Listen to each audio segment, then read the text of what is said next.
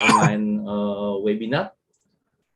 As all you can see that the agenda will be mainly talking about the XPS, the X-ray photo emission spectroscopy. It is so first let me introduce all of you to the presenters. Maybe the complete CV will be delivered by Sarah. I don't know. So Dr. Ali Saryati from Photonics Netherlands will start our webinar as the first presenter. Dr. Saryati was my student during his bachelor and master program before he pursued his PhD in the Groningen University, Netherlands. And Dr. Ali will deliver about XPS theory and practice in research, especially he worked during his PhD for 2D materials. And Dr. Tan Tek Beng from Shimazu Asia Pacific will be the second presenter. Dr. Tan will deliver two talks.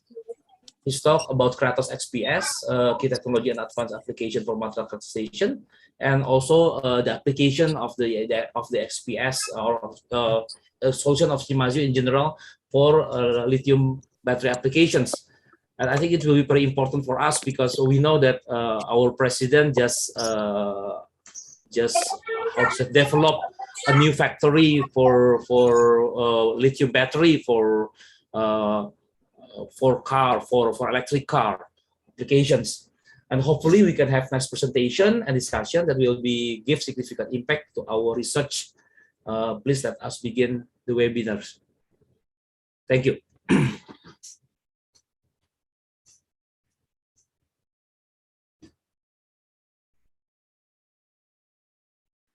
Okay, maybe Sarah Dr. Ali will directly give presentation, or you want to read his CV?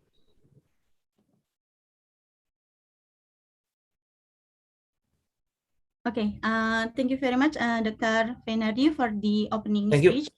And by this, we have start today's webinar, and for the first session will be delivered by Dr. Ali. Okay, wait a minute.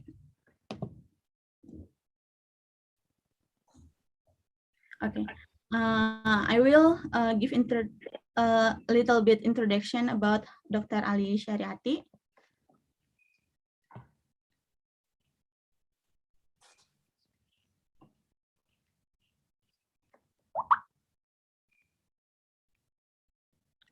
Okay.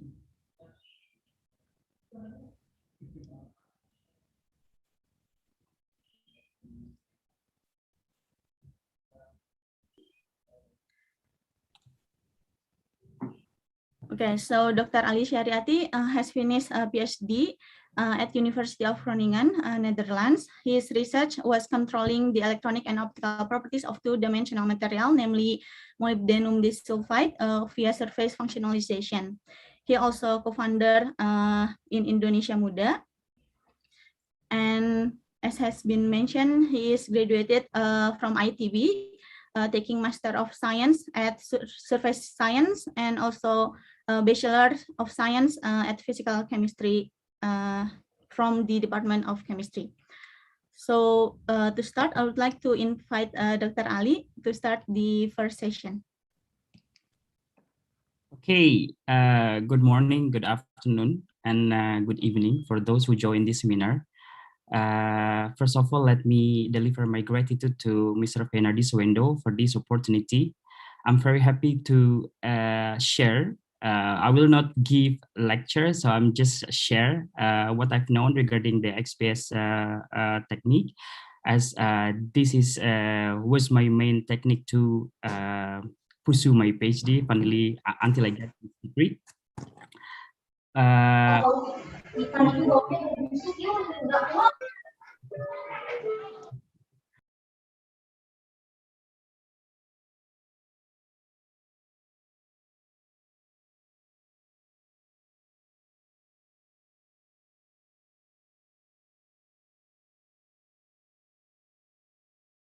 Dr. Ali, I'm sorry, you are mute. You are mute, yeah.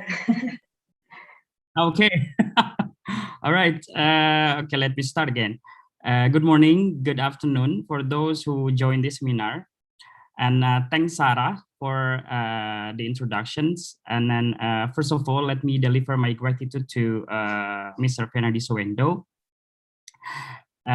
thank you so much for the opportunity to talk, to share my knowledge regarding the XPS technique in these nice occasions. And second of all, let me thank to PPNN for also having this nice seminar about the XPS. And so without further ado, let me share my screen. How do I do it?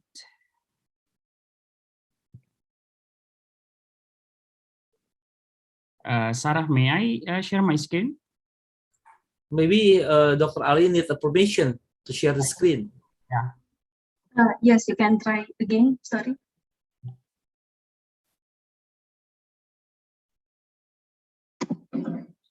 Yes, Dr. Ali, maybe you can try to share screen. You just call me Ali, it's okay. Okay. Thank you, Sarah. Where is it?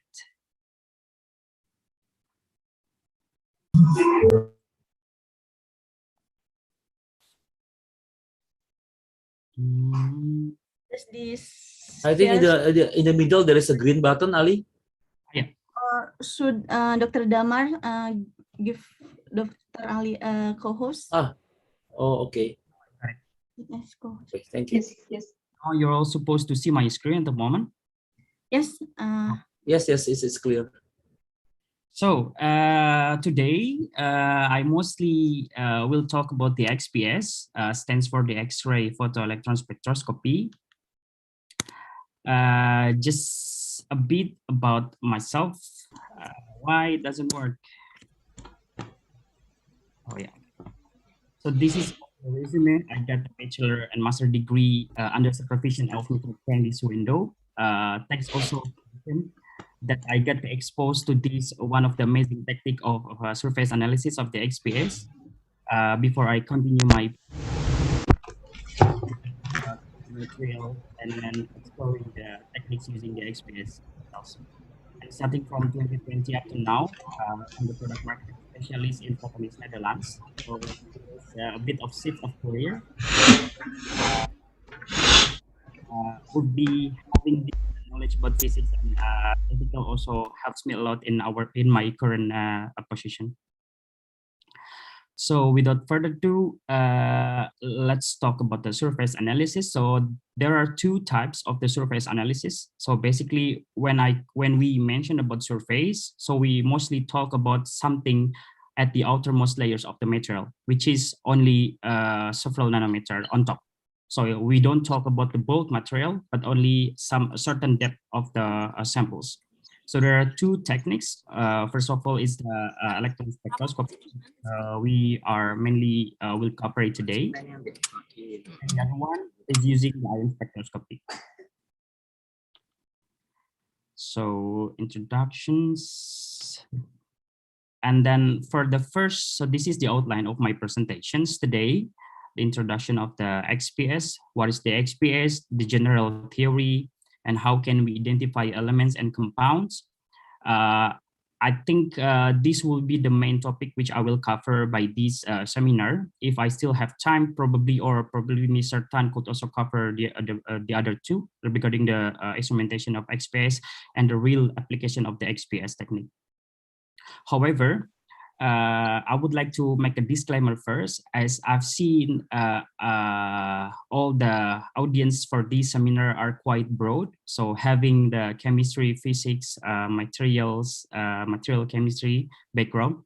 So I'm trying to explain in a bit more general way. So if you have more specific detail, please write down all the question and you can ask me later during the question.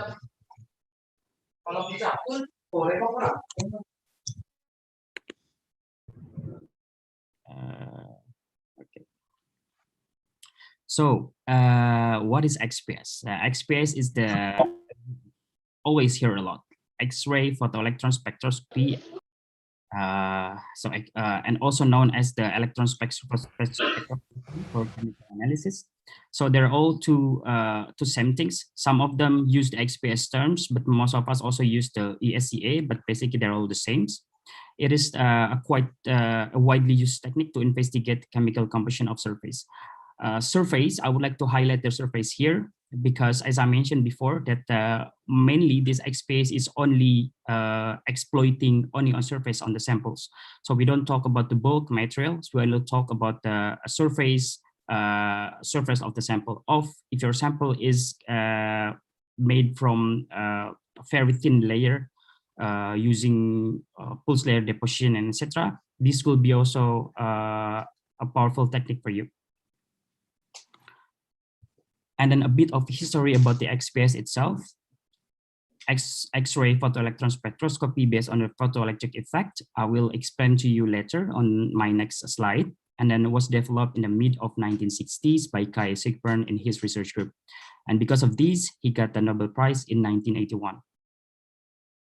So let me, this is the core image that you will see on all XPS lecture. X-ray photoelectron spectroscopy. So basically, how the XPS works. We could imagine for example, when you have the samples and you shine it with the X-ray beam. Since we use X-ray for exploiting our sample, so we have the purple. If you see the purple area here, this is the X-ray beam, and the blue area here, this is your sample. What I would like to explain it here. Also, let's imagine that this is your sample under the vacuum chamber on the XPS, inside the XPS chamber. When you shine this X-ray beam to your samples, the X-ray beam can only penetrate into a certain depth of your sample. So not all along the way down to the sample, no. So only 1 micron from the top layer of your samples. But then if you take a look at the red array over here, and then if you zoom in, this there on the right side over here, you see only 10 nanometer thickness, which you could extract all the information from your sample. So in a simple way, by having this diagram, is that you could only specifically exploiting 10 nanometer thickness from the top layer of your samples. So that's the XPS. However, since all the materials at the moment are going into nano world, what I mean about nano world is I'm talking about material like around below 1 micron, for example. So of course, having XPS in one of the techniques will be useful, because basically, in a nutshell, you just explore the whole materials. So I hope you still hanging there with me up to now. And then and how the and what's the process when we shine the X-ray into the sample is this photoelectric process. So what's happening in the photoelectric process? So for example, here, so let's say this is your sample, and we have the incident X-ray over here. And when you shine the X-ray onto your sample, the X-ray can penetrate up to the core level of your sample. So we have the 1s shell over here, 2s and 2p. And then once you shine it, the electron from the 1s got ejected. And this is called ejected photoelectron or photoelectron. And what we measured on the XPS is basically the kinetic energy of this ejected electron. So let's agree that, oh, okay, this is the process or what's happening inside our sample if we measure the samples on our XPS. Okay. So here is only the detail, the XPS spectral lines, the formula, and this is the following process. And then what's happened next? So when we have when we shine the samples with the X-ray, and then we got the photoelectron afterwards, and this is what happened next, called the Auger relations of core hole. So the electron positioned in a 2p or the most higher level electron, this will fall down, and then since this fall down, so this will fall down, it's called the KEL Auger electron emissions. Since this is the unstable energy states, and then it will emit also the X-ray, and then emitting another electron from the 2p to the spectrometer. And this is called the Auger phenomena. Let's go next.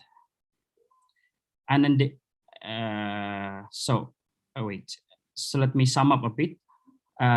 So the spectrometer in the XPS not only measuring the ejected photoelectron directly from here, but also the Auger phenomena. So we both so the instrument both record all the electron that ejected. So not only about this phenomena, but also another phenomena. Yeah? So let's agree on that. And then what's happened next once we have the photoelectron ejected from the core shell level. So now we talk about the energy scale. So once we got the kinetic energy of the electron, it goes through all the spectrometer and falls into the spectrometer. So what's happening there? And then the XPS instrument measures the kinetic energy of all collected electrons. So not only about those which are on the 1s, but also from the Auger phenomena. And the electron signal includes contribution from both photoelectron and Auger electron line. What I mean about this, because basically in the XPS graph, you will not see only a single peak of this photoelectron, but also all the artifact, all the Auger, all those somehow a background signal which could be extracted afterwards. And then XPS energy scale. So we have here, as I mentioned, that what's happening after we eject this kinetic energy. Basically, once we collected this photoelectron, we measure this kinetic energy plotting by the intensity on the XPS graphs. And then here's the formula. So we have, so kinetic energy is the equals to the power of the power of the X-ray itself. So it also depends on the which X-ray source we use on the XPS.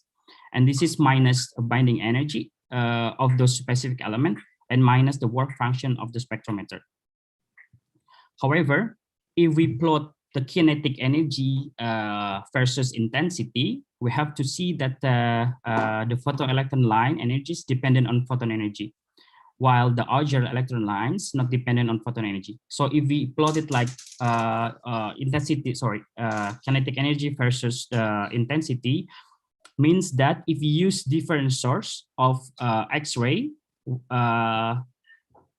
for example, if we have carbon, this carbon would show differently. Where, for example, if I use 15 kilovolt of X-ray, this carbon will show different position if, for example, I use bigger or less power of the X-ray.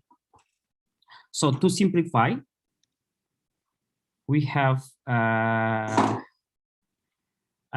energy scale of the binding energy. So what we do, basically, we just change this formula into a binding energy. Basically, we just move the binding energy from right side into the left side.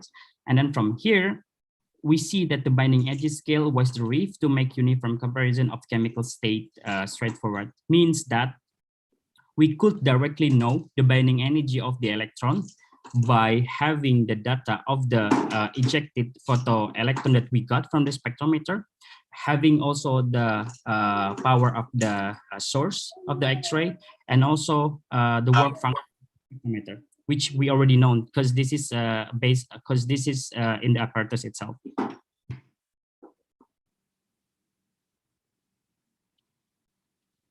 Okay, and this is what's happened on the samples. For example, if we measure the samples. So if we have the conducting samples, you see this diagram on the left side, we have the sample, and on the right side, we have the spectrometer, yeah? So we have the kinetic energy, we have the work function of the samples, and we have the binding energy. What we would like to achieve is that we would like to know the binding energy of the samples. Having that, we know already the work functions and then the kinetic energy. Since this Fermi energy of the sample and Fermi energy of the spectrometer is aligned, so that we could easily extracted the binding energy by this previous formula. Wait. So we could directly get it here, get this number, because we know this number. We got this number by the experiment, and we also know this number by the apparatus. So basically, we could directly know the binding energy of our sample.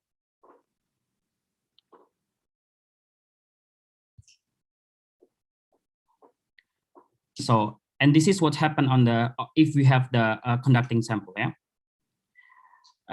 The other scenario happens differently when we have the insulating sample. Since we have the insulating sample, so we have a bit of gap over here, and this costs a lot of a charging energy over here. I'm afraid that this is too much. I hope that you still could follow me. But then the idea is that if you have the insulating sample, how we technically, how we use XPS to exploiting the sample is that we have that so-called ion gun who could put more electron in our sample, which makes our sample a bit more conducting. Then we still can exploiting the samples. More or less in an easy way, it's like this. And then the procedure or the formula is the same. So this is a bit of modification if you measure about the insulating sample. And then surface charge energy that I mentioned that before can be determined by electrically calibrating the instrument to spectral features. So what it means about this sentence is that, for example, if you have an insulator sample, we could use this. For example, if we have your sample is insulating, and you have the sample, it contains carbon, and you know exactly that there is a shift because of this charging effect, because of this insulator. What we could do is extracting as this shifting based on this number, because this is a reference number. So this is a pure C1s position for carbon in the XPS. And then we know exactly how much your sample shifts. So we could also determine about the electronegativity or the chemistry environment of your sample. And next, I'm going to talk about the where do the binding energy shifts come from. So let's take a look at the pure element over here.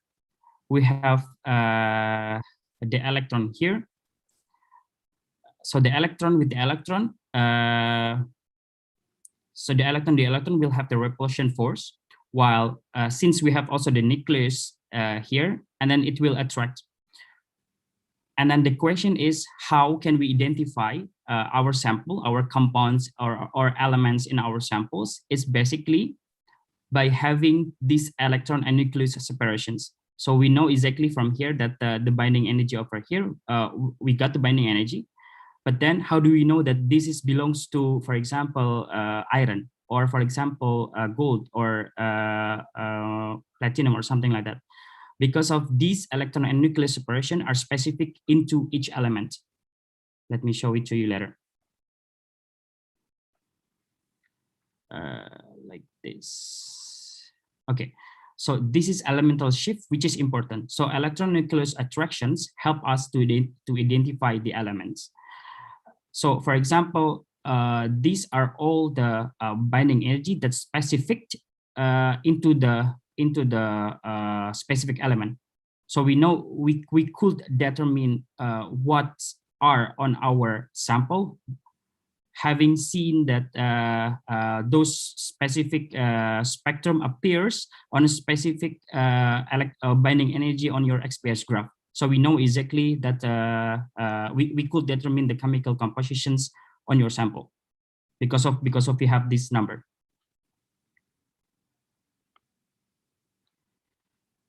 And these are the elemental shift. For example, these are the example of the XPS spectrum. Let me show it to you. So here I scan from 0 until 1100 electron volt. So we use the binding energy over here, and you read it differently. So from the XPS graph, you read it 0 from right to left. So the more to the bigger is to the left. And we see that these small peaks are specific into each element. So we have here nickel for 3p, and then copper for 3p, nickel for 2p, copper for 2p, and the other one, and this is called the Auger signals. But then what we need to take into account, it's only we could also analysis this object, but then what we take into account is only the photoelectron signals over here, which is important into our analysis. So we have here, we have this, and we have this as well. And then let's go into the some examples. Let's see. So the applications is, for example, if we have a gold over here, if we have a gold and we grow a layer on the top, and then you put some element of gold nanoparticle over here, which has a ligand, and these are the ligands. What the XPS could do is having this spectrum on each nitrogen, because this nitrogen and nitrogen over here would have a different a specific binding energy. So let me also another thing is the preparation of the surface. So here, what I would like to emphasize in this slide is that the XPS could also determine a chemical ratio of your samples, knowing that, for example, if we know the chemical ratio, we could also determine what is it? Not the chemical compositions. We could also judge qualitatively how much your elements within your sample, something like that. So because, for example, we have binding energy over here by the intensity, and by comparing the intensity, for example, of the carbon and nitrogen, we could know, for example, 6:1 ratio of the solution correspond to.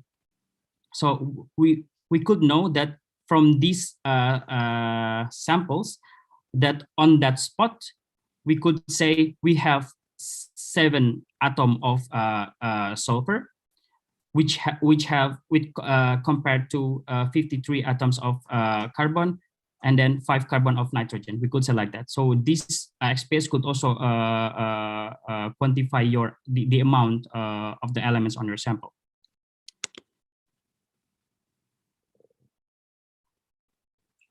And this is one of the example that that I did during my PhD. So what I did was having a molybdenum disulfide layer over here. So we have molybdenum with the red one, and then sulfur with the yellow one. And what I did, I introduced a defect over here. You see that some of the sites they don't have the sulfur anymore, so it's a hole. What it means by this, for example, okay, we have this fresh samples, yeah, and the fresh sample, it sounds over here in the index A over here. You see that in the molybdenum 3D we have S to S, so we have the overlap sulfur peak over here, And we have the molybdenum over here. Since the molybdenum is doublet, so we have 2 peaks over here, and we could also differentiate. So here belongs to molybdenum 4, and below on a higher bonding energy we have molybdenum 6. You could see clearly that the XPS could be used also to differentiate or to discriminate a different oxidation state of metal. So because of what? Because of they really appear differently on the binding energy. And then what I introduce a defect of I introduce a defect over here, and why resulting by this is that we will see that this defect also appearing another peak over here. You see that the shape of the XPS changing because of this defect. So when I did the analysis, I put another peak over here which corresponds to the defects. Why it's correspond to defect is because basically, for example, if you have the molybdenum over here and the molybdenum over here, these two molybdenum have different chemical environment, because the sulfur that used to be there that now are gone. So you have different chemical compositions from one molybdenum onto different molybdenum. So these XPS could also differentiate this kind of thing. And then in the end, what I did, I functionalized with another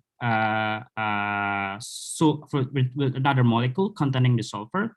So I do a functionalization over here, hoping that the sulfur would attach on the thin films on the these 2D materials. And then once it's attached, these also show differently on the XPS. You see that we have even at the raw data. Yeah, let me explain to you, because so the hollow dots here are the raw data, and the line, the black line, is the fitted data, while the colored these also are the results from the fitting process. And then after the functionalization, we see that the intensity of the defect peak is decreasing, means that some defects are healed, which could be somehow illustrated that, okay, these defects are healed by the functionalization of the molecule that I've attached on the top of the materials. So that's as one of the example.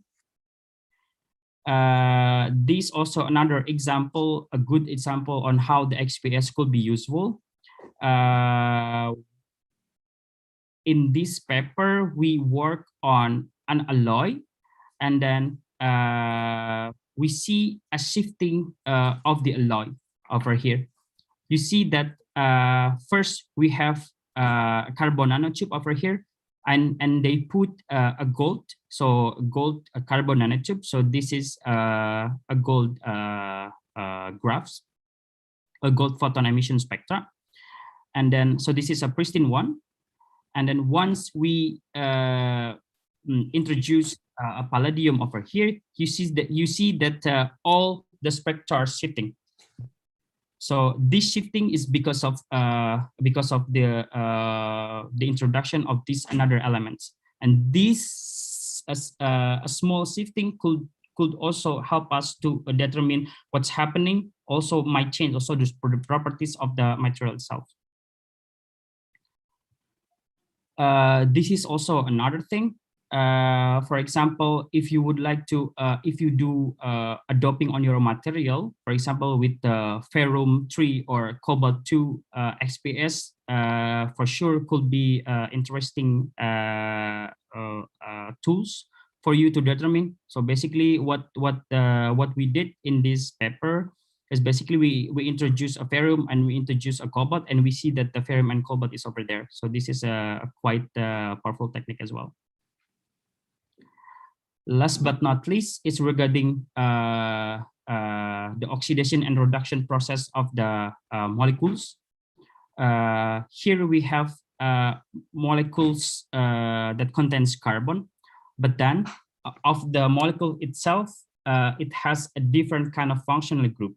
And the XPS for sure will show differently of each carbon on these molecules. As you can see that here in the A, we have chloridazole. You see that the row data is clear. This is C1 as XPS. However, while we have a different functional group, for example, the carbon connected to the nitrogen, here we have a bigger part of the peak over here. And then, and when we introduce also different, how to say, chemical compositions. For example, here we have graphene oxide with chloridazole, and then and here we have the graphene oxide with the previous molecules, and here also shows differently. You see that the shape of the peak, so this also the peak shows differently, and this could be also detected by the XPS. And last but not least, this is what the XPS could do. The XPS could also determine depth profiling of your film.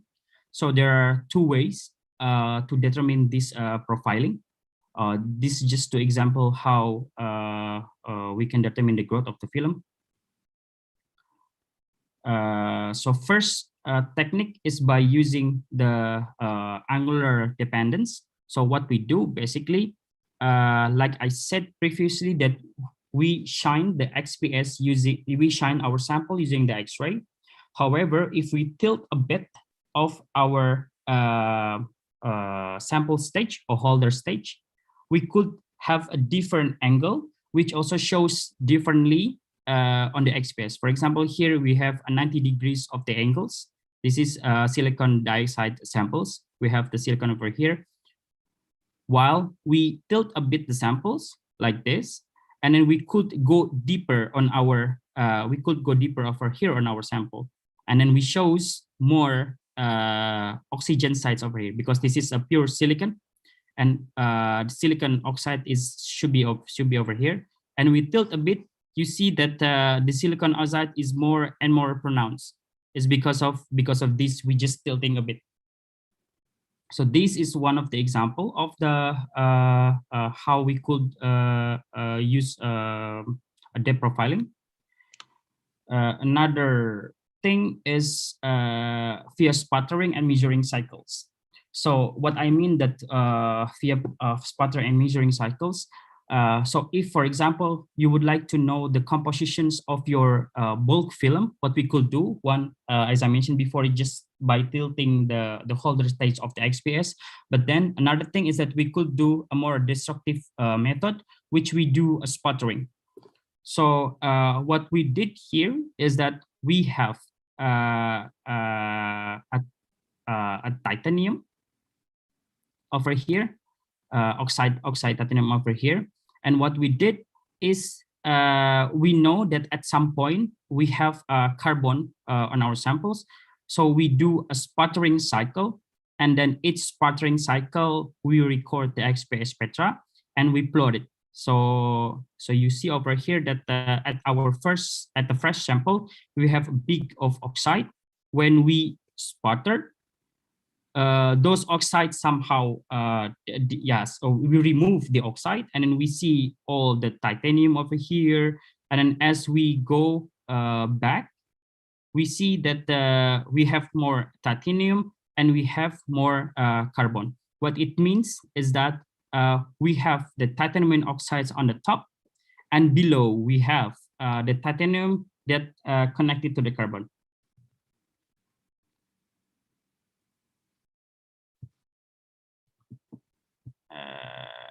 Okay, let me, okay. And then the next question is what affects the XPS spectra or the chemical shifts? First is the electronegativity. I will not go detail regarding the theory about this, but then what I would like to show you is that if you have, for example, only a carbon, and then carbon and carbon, for example, and then you have the carbon connected to the oxygens and carbon connected to the fluorine, this will show differently on the XPS binding energy. For example, like this. Yeah. So if you have a hydrocarbon functional group, you have a you measure the carbon over here connected to the hydrogen and carbon connected to the carbon. So this will show a specific electron volt of binding energy, so 285. However, when you have more electronegative atom, for example, nitrogen over here, it shifts the binding energy. So we could really differentiate which peak belongs to which. For this case, for example, if your samples containing, for example, if you have a long chain of molecules containing a different kind of functional group, and those functional group you have carbon connected to nitrogen, carbon connected to oxygens, you will see those peaks on XPS on different binding energy. So you see carbon and carbon, you see carbon and nitrogen, and you see carbon and oxygens. You see that they all appear on different binding energy. So this is electronic spin orbit coupling. What I mean about this spin orbit coupling is that, for example, in an easy way, what I would say is that if you have, if you eject electron from the 1s element, you only see one peak. However, if you see, if you eject electron which has more, if, for example, if you have, if you eject the electron from P, D, and F, it will not show only one peak. It will split. What I mean about splitting, it's because of this spin orbit coupling phenomena. Because of the XPS will detect differently if you have a spin up and spin down. So this will also different. And then the ratio between these 2p 2.5 and 2p 1.5 also fixed. So you can, so during the analysis, you can directly determine, okay, the ratio should be this one, and this is correct, belong to the copper 2p. Something like this will be useful afterwards.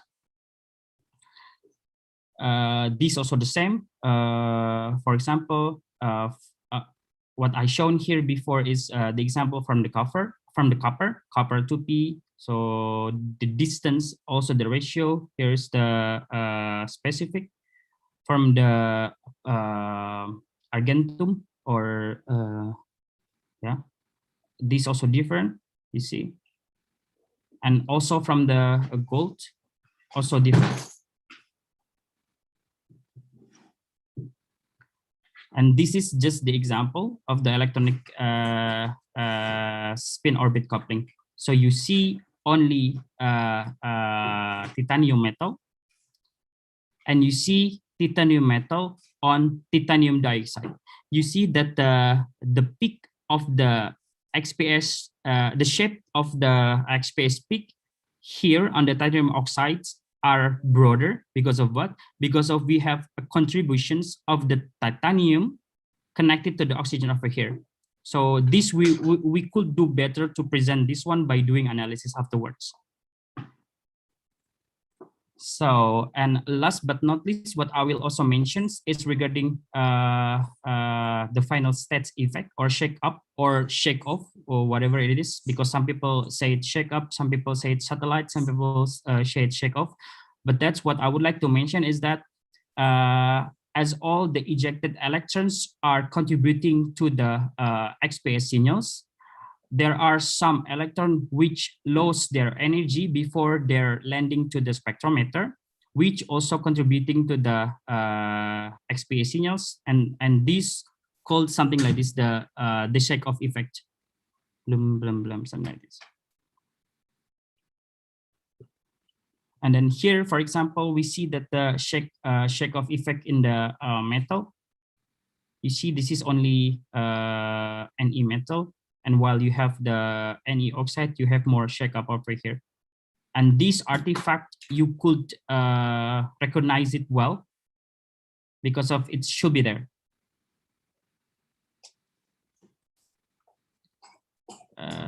Final set effects. I think for now, I will just stop my presentation. Otherwise, it gets more detail into the theory. So, I think let's just go to the question and answer. So we could directly explain how the XPS could be useful for your research. So I will stop my presentation for now and let's continue to the question and answer. Okay, thank you very much for the sharing, Dr. Ali. Now we already at the Q&A session.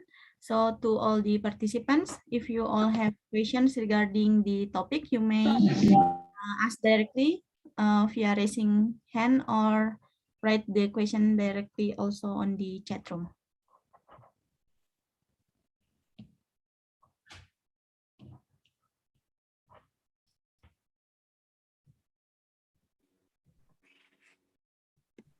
Is there any question?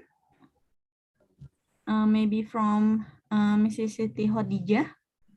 Okay, so thank you very much for your clear presentation. So I'm very interested in using XPS to identify the both organic and inorganic component. So by using XPS,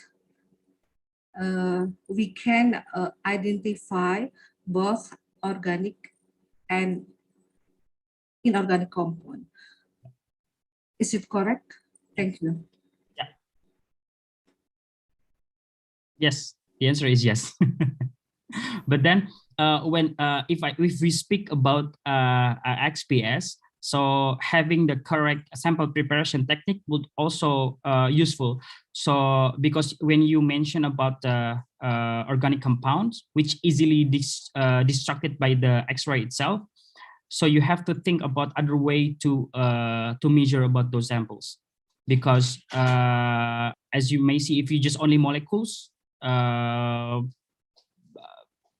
if those molecules are strong enough when exposed to the X-ray, for sure we could see. But some molecules are too fragile, while the X-ray was too strong, and we could not get any insight of what organic molecule within your sample. So what I would like to suggest is that having a right technique or sample preparation also one of the things that you should dig or learn more when using XPS. So how we can prepare the sample in order not to destroy the organic compound, because if a sample is emitted by the electron, usually organic compound will be destroyed. Is it correct? So do you know how the procedure to prepare sample before using XPS? Because I work on biological product like extracellular product generated by bacteria in combination with metal. So how we can prepare the sample so to get the image or the data clearly, both metal and organic compound will not be destroyed. Thank you. Yeah. There are several techniques for the sample preparations. By speaking, focusing on your sample. So you mentioned that you have, what is it? Biological products, metabolic product from bacteria or from fungi. Yeah. What we could do first, if for example, some of my colleagues also would like to detect what I used to do actually. I used to make a film on top of gold, so we cannot just measure. So what I suppose that your sample must be on liquid, right? Yes, like slurry or biofilm, something like that. If it is film, then it's easier. it also depends on whether your sample are conducting or insulating. However, if it's conducting, it makes our job easier. If it's conducting, you could put directly your sample on the XPS stage and we measure it. But then having different kind of set of sample, which, for example, if you have a different kind of modification on top of your samples, will be best. For example, if you have only the metal and your sample afterwards, something like that. So we know exactly what's happening before and after we put on your samples. From there, it's a starting point whether you have the XPS signals or not. If you see nothing, for example, you only see the you don't see any difference when you measure only the metal, and then once you drop your samples, then we could use another technique by putting in my previous lab we have a metal will cooled I forgot. Was it the chromium metal or something? So basically, what we did is we put our samples and we make a matrix on those metals. So we measure those metrics on XPS, but then in the end we extract the metal spectrum. So in the end we have only the signals from your sample. Am I too specific, or we can discuss later if you would like to discuss more about your sample? But then that's the idea. That's the way how we determine or getting the samples on the molecules on the organic molecules. Thanks so much. Yeah. Thank you very much for the discussion. We will have sometimes, and another question is coming from Mr. Gatot Trianto. You may open your mic to ask directly. Okay, thank you, moderator, for your chance for me to make a question. Mr. Tan, I'd like to ask about the display. The display it shows the just a data in the display or direct phenomena, just like X-ray on photo ronsen. Thank you. Just that my question. Yeah, I think you're addressing the question to me, right? Because you mentioned Mr. Tan. Okay. What you will get on your XPS is the spectrum. So this is spectroscopy. So what we get is the spectrum, and this spectrum is so you have the spectrum of bending energy versus intensity, and these spectrums tells you about the compositions, element compositions or chemical compositions of your sample.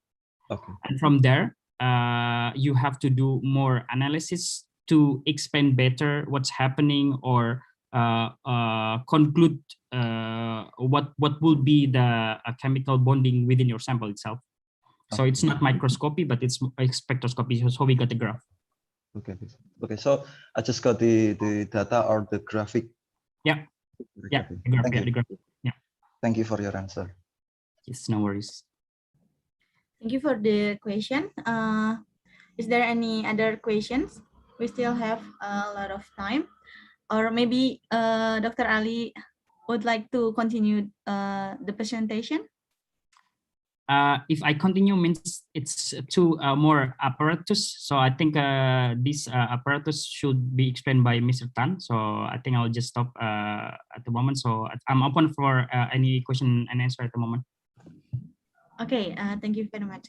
So we'll continue again the Q&A session. To all participants, if you have questions, you may write them on the chat room or ask directly.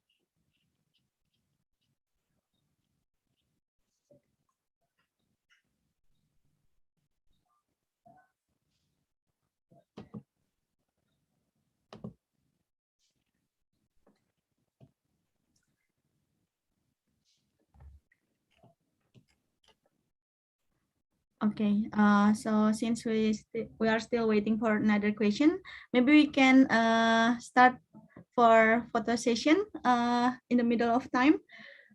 So we would like to invite all the participants to open the camera And my friend Zaki Fairuza will help me to screenshot this screen.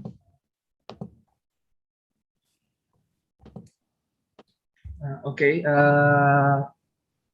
let me wait for all the participants to open the camera first. Okay, there will be, because there are so many participants in here, it will take maybe 1 or 2 minutes. Please stay focused. Okay, I will start the screenshot right now. Okay. Okay.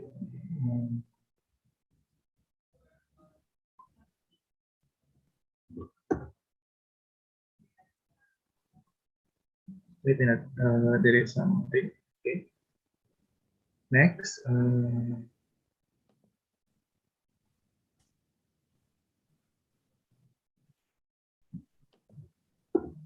Okay.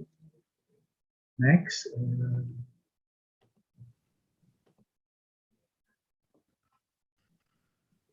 Okay.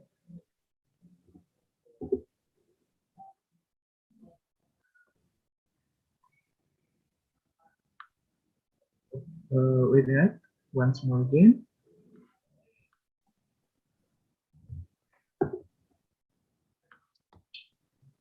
Okay, thank you. You can turn off your camera. Okay, thank you very much, Zaki. All participants may close the camera again. And if there no other questions, so for the first session has finished. Thank you very much, Dr. Ali Syariati, for your sharing and your time. May we meet again in another Sorry, Sarah, if there is a question. There is a question. Okay, yeah. Please, Mr. Yofinanda, you may ask directly. You can open your mic. Hello, Mr. Ali. Do you hear me? Yeah, sure. Go ahead. Okay, my name is Yoshi. I'm from ITB. Thank you for your crystal clear presentation about XPS. This is the first time I got explanation about XPS directly from speaker like this. That I want to ask is to making sure or making clear my knowledge about after your presentation. Now I'm doing research about silica dioxide, which modified with an enzyme. Is it possible if I want to know the successful of my material modification by knowing from the differences XPS results before and after modified? Is it right? Yes. This is the perfect example of the research which XPS could help you to know your successful of your modifications. So the answer is yes. Okay, but all I know in Indonesia we don't have XPS, right? Yeah. You could ask Mr. Fernandez Wendo for that one. Okay. Thank you so much for your but then yes, what I would like to say here is that I cannot I'm afraid that if I'm too technical, I'm too detailed regarding the XPS itself, since you're all from more into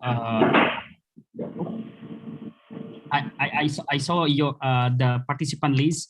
You're most of you are students from different backgrounds, so I try to make a general informations. So I hope that you got the idea on how the XPS could help you on your research. This is basically just my goal from this sharing. So I hope that you know at least, okay, I know that one technique called XPS, and this XPS could help me to know exactly whether my samples or my modification is useful, something like that. And your sample is just a perfect examples showing that XPS is a strong, powerful tools to see those modifications. Thank you.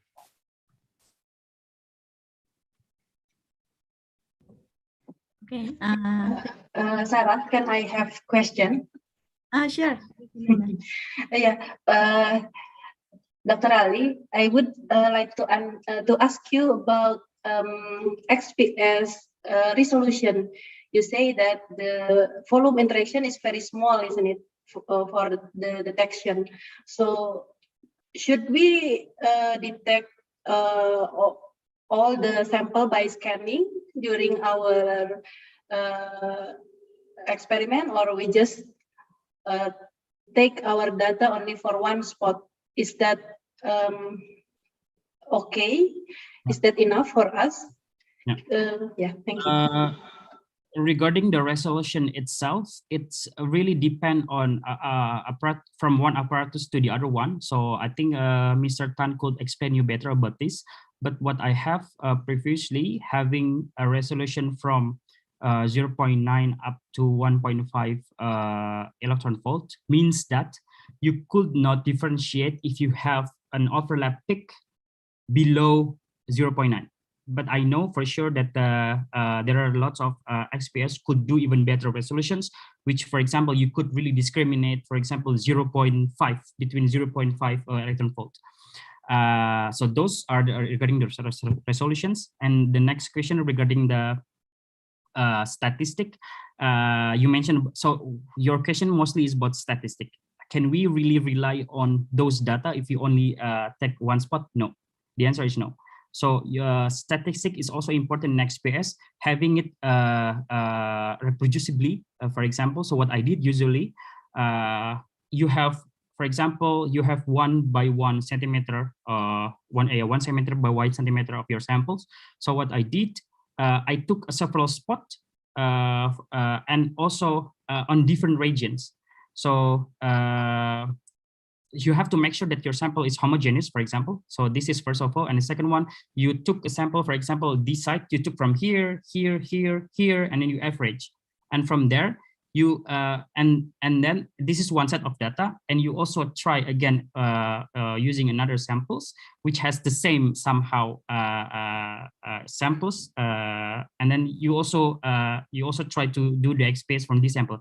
So you have different set of data, and having that, you compare. Once it has the same signature peak, then you say that, okay, I trust this data and you can use it for your research. However, on the other hand, you might also find a data where, for example, if you have different kind of peak, for example, if we use, for example, if you have these samples and if you measure here, here, and here, and then the shape of the XPS peak also different. So this you have to question yourself: is your sample are homogeneous? Is your sample are breakdown after exposing the XPS, something like that. So this is also another trick technically when you are measuring the XPS. So there are lots of consideration to take into account, but then having the same data each and every time, also pointing out into different section and make it into one average data. This helps you also to trust to your data. Oh, thank you for your explanation. So it becomes clear that the experiment parameter is very important in this technique, isn't it? So exactly. Yes. Exactly. Also, if you have different samples, you should probably use different parameters, isn't it, for the energy itself? So for different samples, probably the penetration of the beam is deeper than another. So how should you decide this kind of thing? Thank you. Yeah. So first of all, before you, if you look at the paper, most of paper, you see that they also showing the wide scan. What I mean about the wide scan is you take a scan of your sample from 0 up to the energy of the X-ray itself. So for example, from 0 to 14K, 1400 electron volt. So you see about the shape, yeah. And from there, you already got the idea what is inside your sample. Be it carbon should be there. Carbon, oxygen also should be there because it's like an artifact. But then when you have a specific metal, for example, it shows on a specific region. And from there, you already got an idea. Okay, I should focus on these regions. And then you took another spot, and then you scan focusing only on those regions. For example, you know exactly from the wide scan you have a small peak of gold, and then you just go deep into a gold or carbon, for example, in 200. So you just go in the a window of a carbon, and you measure over there. And when you measure specifically on focus region, you might have a better shape, which tells you also differently. So from there, you know exactly, okay, at least, for example, if you have a very nice peak, C1S, for example, and then this should be symmetrical. And when you see a bit of wider or not asymmetric, then you have to question yourself, oh, I have a different composition connected to the carbon. From there, you could extract the data, and you could do the analysis using some software, which could help you to determine what kind of composition you have within your carbon peak. In a nutshell, it's like that. It's like that. But then you should dig more and then learn more regarding how to analysis, how to am I really prepare my sample correct, something like that. So there are lots of parameters that need to be taken into account. Okay, I see. Thank you very much for your clear explanation, Dr. Ali. Yeah. Thank you very much for the question. Is there any other question or other follow-up questions?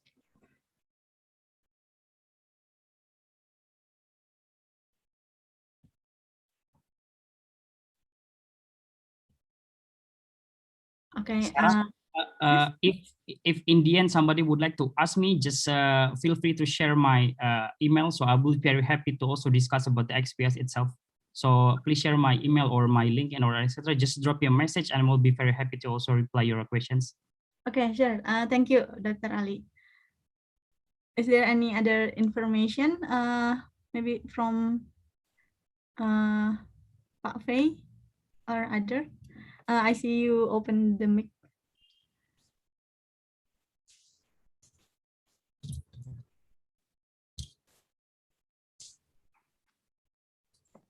Okay, if not, maybe. Thank you. Okay. Ali, it is a great honor to welcome you and listen your talk. No, me, it's a great honor. It's to join here, Pape. It's Yeah, not you. maybe I just want to ask to you about the the development XPS technique, because you work on slightly different samples, because quite unique for myself, because mostly when we work with bulk or crystal, and then we try to reshape the surface and clean it, and then we try to analyze the surface. But you work in 2D materials. That means that the penetration depth of the XPS is much deeper than the size of the samples.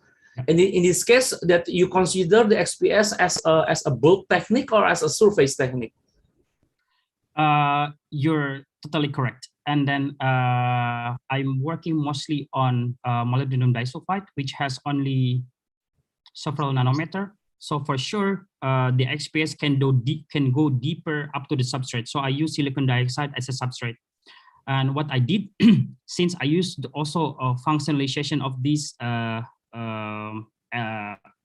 material itself, I know that the shifting or the changing only happens on the substrate on the materials. So I use the silicon as a reference if I see some shifting. So I use silicon oxide as a reference, and then for example, if I functionalize with the molecule A, and then the molybdenum peak shift, so I use the silicon as a so for this means that saying of this, I use this as a really scientific technique for only the surface. What kind of silicon dioxide do you use? Do you use quartz or crystalline one, or you prepare by yourself? No, not the crystalline one. I bought it. So it's a silicon wafer that we also use at your lab. Okay. So you use the native oxide of the silicon wafer. Yeah. Some of native oxide, some that we grow, not we grow. I bought the growth silicon oxide, which has a certain thickness. I think I use. You put in the furnace, no? Yeah. You put in the furnace and you flow the oxygens. So you will have several hundred angstroms. Yeah, thicker because one. the native is 20 angstrom, I believe. Yeah, thicker one. Yeah. Okay, so that means that you can reproduce the background. You can reproduce the substrates. Exactly. Yeah. Okay, and how about if you have a different kind of the material which is a very small in the nanometer scale, for example, and I think everybody will face the same problems with you. You mean for example, a graphene, or they have like a nanotube, or they have like zinc oxide nanocrystal or something, and they want to try to, especially for some crystalline material, because a different facet they have different response in XPS. Maybe you can give some insights. So first of all, what we did in our lab previously was that we have a gold substrate, so we grow a gold on quartz. We use gold because gold gives a really a good signals of the background, and also it doesn't shift. So those gold, and we made, for example, if we have a crystal that can soluble in water, chloroform, or ethanol, we just make a solution and we do a droplet. We let it dry, and then we measure those film. So those film basically containing the gold on quartz, and then your sample, something like that. Okay. So basically we make a solution, drop, and then measure. Let it dry and measure. If we don't see any problems, for example, there is no charging because of your material was insulating enough, then we're fine. If we see lots of charging, then we have to do differently. Some of another thing is that we could use there is metal. It's either I think not chromium. I think either chromium or argentum, perak. What was it? Okay. Okay. Silver. Silver, yeah, silver. we use silver. So basically, those metal we just put a drop, not a drop, a small, really small amount of the nanoparticles, and then we make a matrix. So basically, we just put and we press a bit, and then we just put we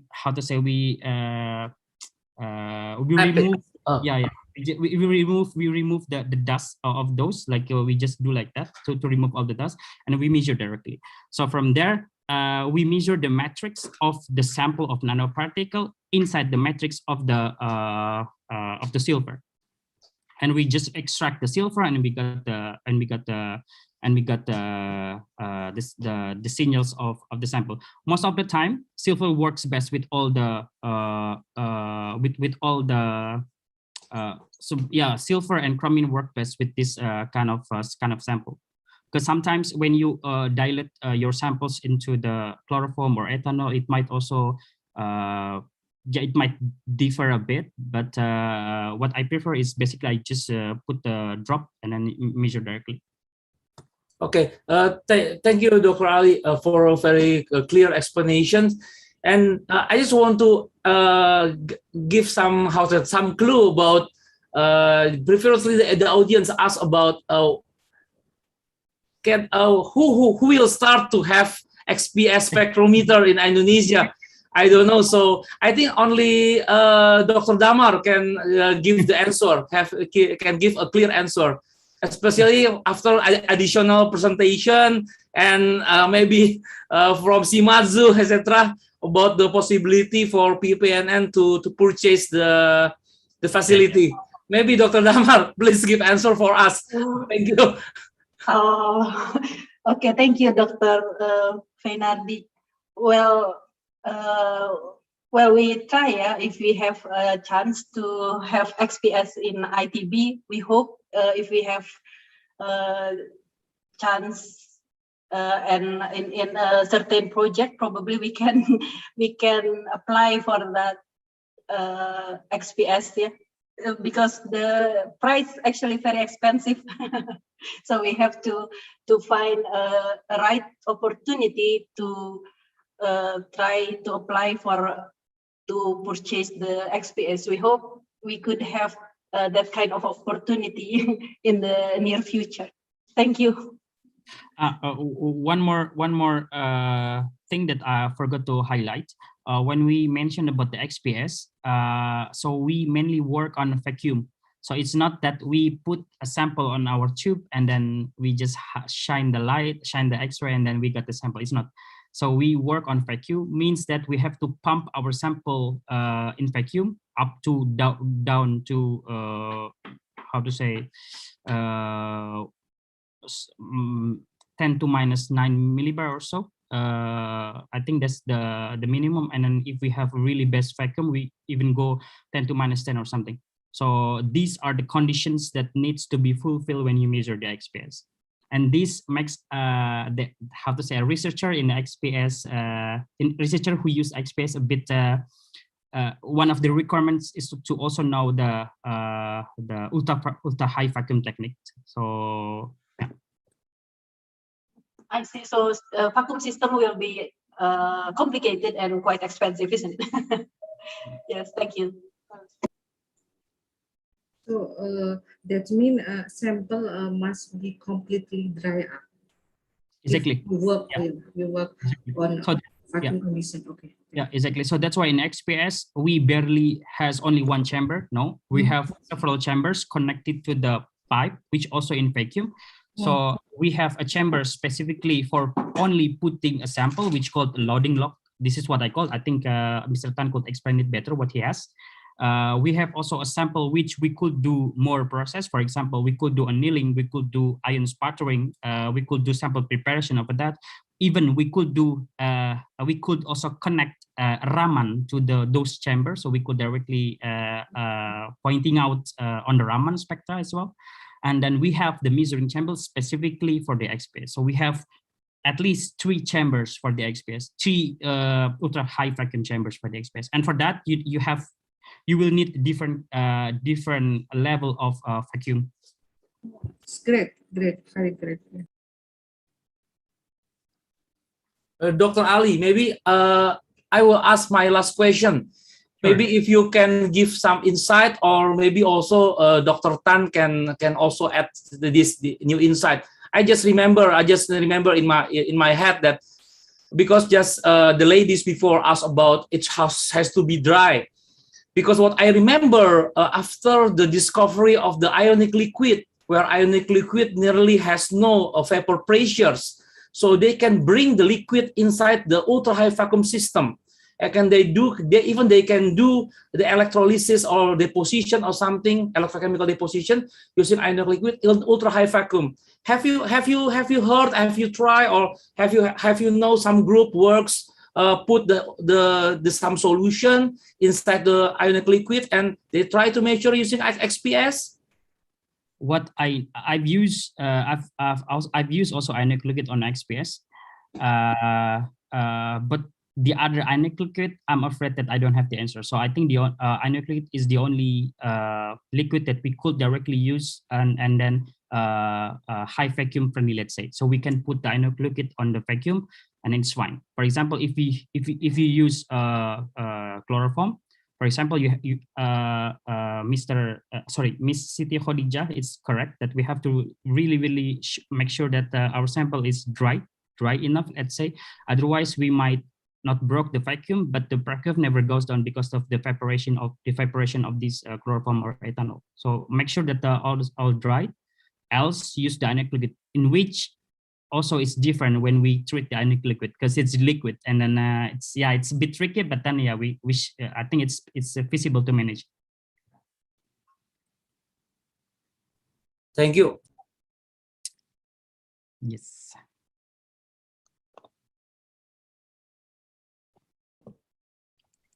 Okay, thank you very much for the discussion.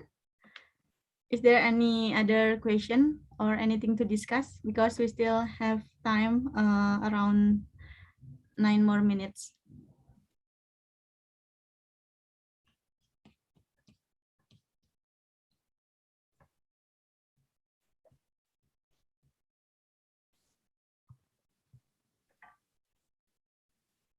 Okay, I have also put Dr. Ali email in this chat room. So if you have further discussions or would like to contact Mr. Ali, Dr. Ali, you may contact him through his email.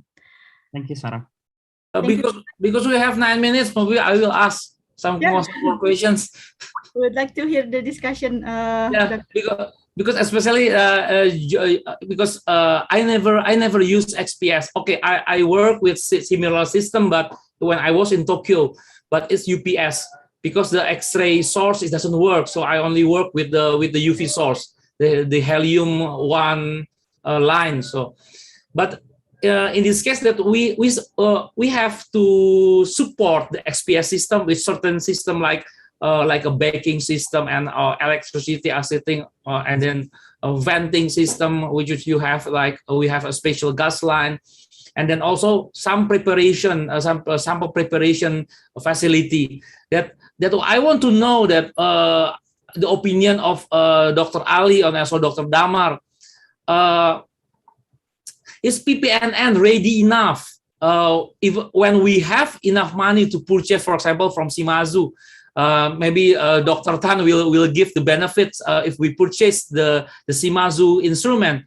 But are we ready for this new high technology equipment with our facility in PPNN? Or maybe it's something we haven't ready yet. Maybe Dr. Ali can give some clue, or that Dr. Tan can give some clue what we have to fulfill before we purchase when we have enough budget in the future.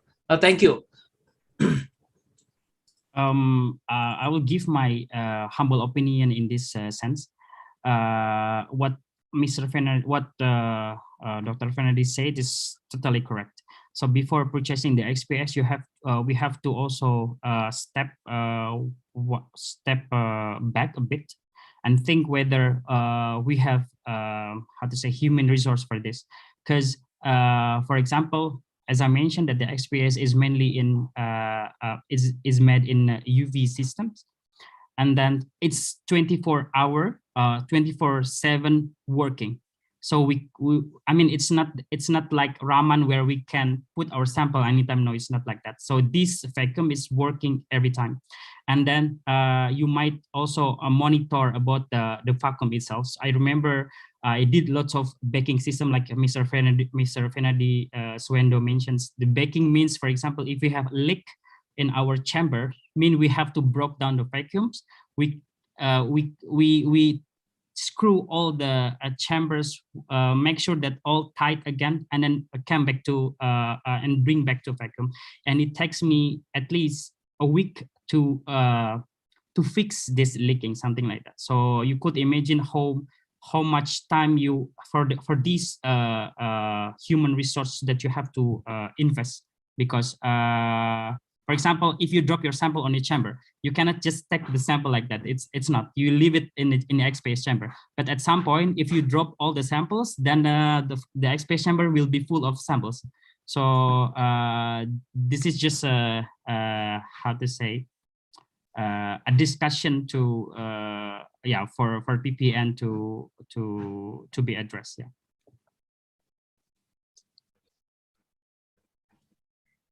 Is there any addition from Dr. Damar? So yes, thank you very much, sir. So in PPNN, we do still have a lot of problems. First, the electricity in ITB is not always on. Yeah, suddenly there is maintenance of the generator and something like that. So our electricity supply is not very reliable for that. I think it's one of the problem. If we want to have XPS, maybe we should have our own generator in the building for this machine. And then after that, also probably the vacuum system is also a big problem, because we also have TEM in Nano Center, and there is some problem also with electricity and air conditioning, so that at one time the electricity is off, then the system is automatically turn on again after electricity on, yeah, the TM system, but the air conditioning is not. So that what happened is the room is very hot and the system is cold, so that there is a lot of condensation in the system. So it's also a big problem. TEM is not as high as XPS. Our vacuum is only about 10 to the -6 Pascal. So for XPS it's more. So it's maybe much more difficult to maintain here in Nano Center if we still have a lot of problem with electricity. So we should think a lot about that. Maybe that's what I can add here in this case. Thank you, Sarah. Yeah, I would like to add a bit. Like Dr. Damars mentioned about the exclusive generator specifically for the XPS. This is correct. This is also what we have in my previous lab. So, for example, when the electricity goes down, then the XPS can still running. We don't rely on the main electricity because we have our own power. Because some of the electronic parts on the spectrometer, this cannot be exposed to the atmosphere. To how to say. Cannot be exposed basically because it's easily oxidized, condensation, and etc. that Dr. Damar just mentioned. So these we should really prevent of the high vacuum. So yeah, if the for example when I mentioned about the leaking, mostly it happens on the measuring chamber. But then if leaking happens in the XPS chamber, then it's a how to say, it's a disaster. Okay, thank you very much. Interesting discussion. And to all the participants, we have arrived at the end of the first session. Thank you very much for Dr. Ali for your time and sharing about XPS theory, also other fruitful discussions. And as I have been mentioned, to all participants may contact Dr. Ali via his email. And maybe the next session we will dig deeper to the needs of the XPS that will be delivered by Mr. Tan Teng Beng. So Dr. Ali, you may still join this Zoom if you have time. Yeah, sure. I'm really looking forward. Okay, thank you very much. And by this, we have come to the second session about Kratos XPS key technology and advanced applications for material characterizations. This session will be delivered by Mr. Tan Teng Beng. Before that, I would like to give short introduction about the speaker. So Mr. Tan Teng Beng is the senior product specialist for scientific instrument in Shimazu Asia Pacific. He graduated from National University of Singapore with a master's degree in material science. He has been providing application support for OES, XRF, XRD, EPMA, SPM, and XPS for the past 20 years. He has conducted numerous application seminars and workshops on materials characterization or failure analysis, restriction of hazardous substances in countries supported by Shimazu Asia Pacific. So welcome to the webinar, Mr. Tan Teng Beng. Good afternoon. And by this, you may start the presentation. Okay, good afternoon. Can you hear me, right? Yes, I can hear you. Okay, guys, good. Okay, thank you, Dr. Ali. I think he really makes my explanation later easier for sharing so much of the XPS technique. So, okay, so basically today I will share more on the instruments. So maybe certain thing will be repetitive. Maybe I hear what Dr. Ali explained. I will just maybe just go through it. What we'll go through will be XPS technique, the processes. Maybe I'll skip through a lot of things have been covered by Dr. Ali. The key technology of the crystal XPS, we have come a long way, and finally ending with some of the application. Okay, so maybe a bit of introduction XPS from Kratos. I think we have been around for more than 52 years. We have made our first spectrometer in 1969. And it's in Manchester. In fact, the factory is just next to Manchester United Stadium. That's one street across. So if you ever have a chance to visit the factory, you can go to the stadium as well. right? I think currently the XC Supra that I'm going to talk about is the state-of-the-art one with instruments that we have, and there's a lot of publication that you can find based on this XC Supra. All right, so you can see this is our latest factory model, XC Supra Plus, and that's a bit different. If you look at the old instrument, you always see one long stick sticking out. All right, this one pole is taken out, which let you transfer sample from the loading log to the analysis chamber. Okay, here the XC Supra are able to do so automatically. Okay, I think this is really a very, you don't have to, turn the sample and move in, and you have start to engage and transfer the samples. Okay, everything is done automatically. The good thing is, because it's automatic, the chances of dropping is very less. It's very easy to learn. You just need to click on the mouse, right? Unlike last time, you probably have have to learn this part here, right? So I mean, distribution around the world, we have lots of instruments distributed around the world, right? We specify to this, all right? Okay, so I think one of the some reason here about why Supra is still one of the best selling in XPS is because first thing, I think it's a spectroscopic technique. So things like sensitivity and resolution is very important. I will talk about this later in the key technology. And the other thing, the usability. Now we have this new software, all right, which makes things very easy. I hopefully got time to just show you how we can walk through. I have some videos to show you. And one of the things here is you can have this imaging. So like no doubt XPS is a spectroscopy technique, but the ability to do imaging at a very fast rate, what we call parallel image, because we acquire image in terms of seconds, not minutes or hours. That means we don't scan our image. We got the image directly. That's like when you look at under a microscope. It's called parallel imaging. One of the reasons why is we can do so is we have two analyzers. We have one analyzer for spectroscopy and one analyzer we can do imaging, which I'll explain later. So the resolution, Dr. Ali said his instrument is 0.9. So this instrument resolution is a guarantee for silver is 0.48 and better. Okay, so easily less than 0.5 EV, right? So, and one of the things here is automated. Everything right now is automated. Okay, that's why during the last year, Kratos, when they're locked down and all that, they actually work and run sample from their home. Again, does need to load samples in, everything is automatic.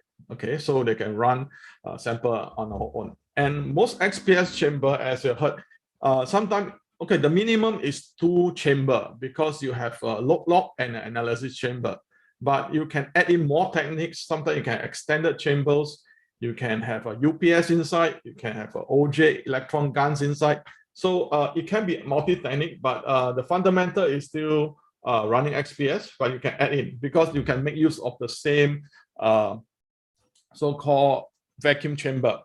Okay, so I think just now there was some concern about vacuum. I believe it's the same. The vacuum level is about same as your TEM, the one at the top chamber, because at the gun there is -6 Pascal, which about equal to somewhere -8 torrs, 8 to 9 torrs.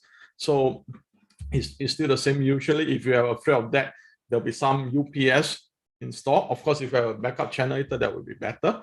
So even a UPS will allow you like at least half an hour, 1 hour. So if you know ahead or a simple shutdown will last 5 minutes, you can just carry on your analysis. If you know it's prolonged shutdown, we can always power down the machine, right? So that you will not trip. No, usually the bad thing is the tripping part. You can always power down machine, backfill with some inert gas and dry gas. So when next time pump down, it's very simple and quick.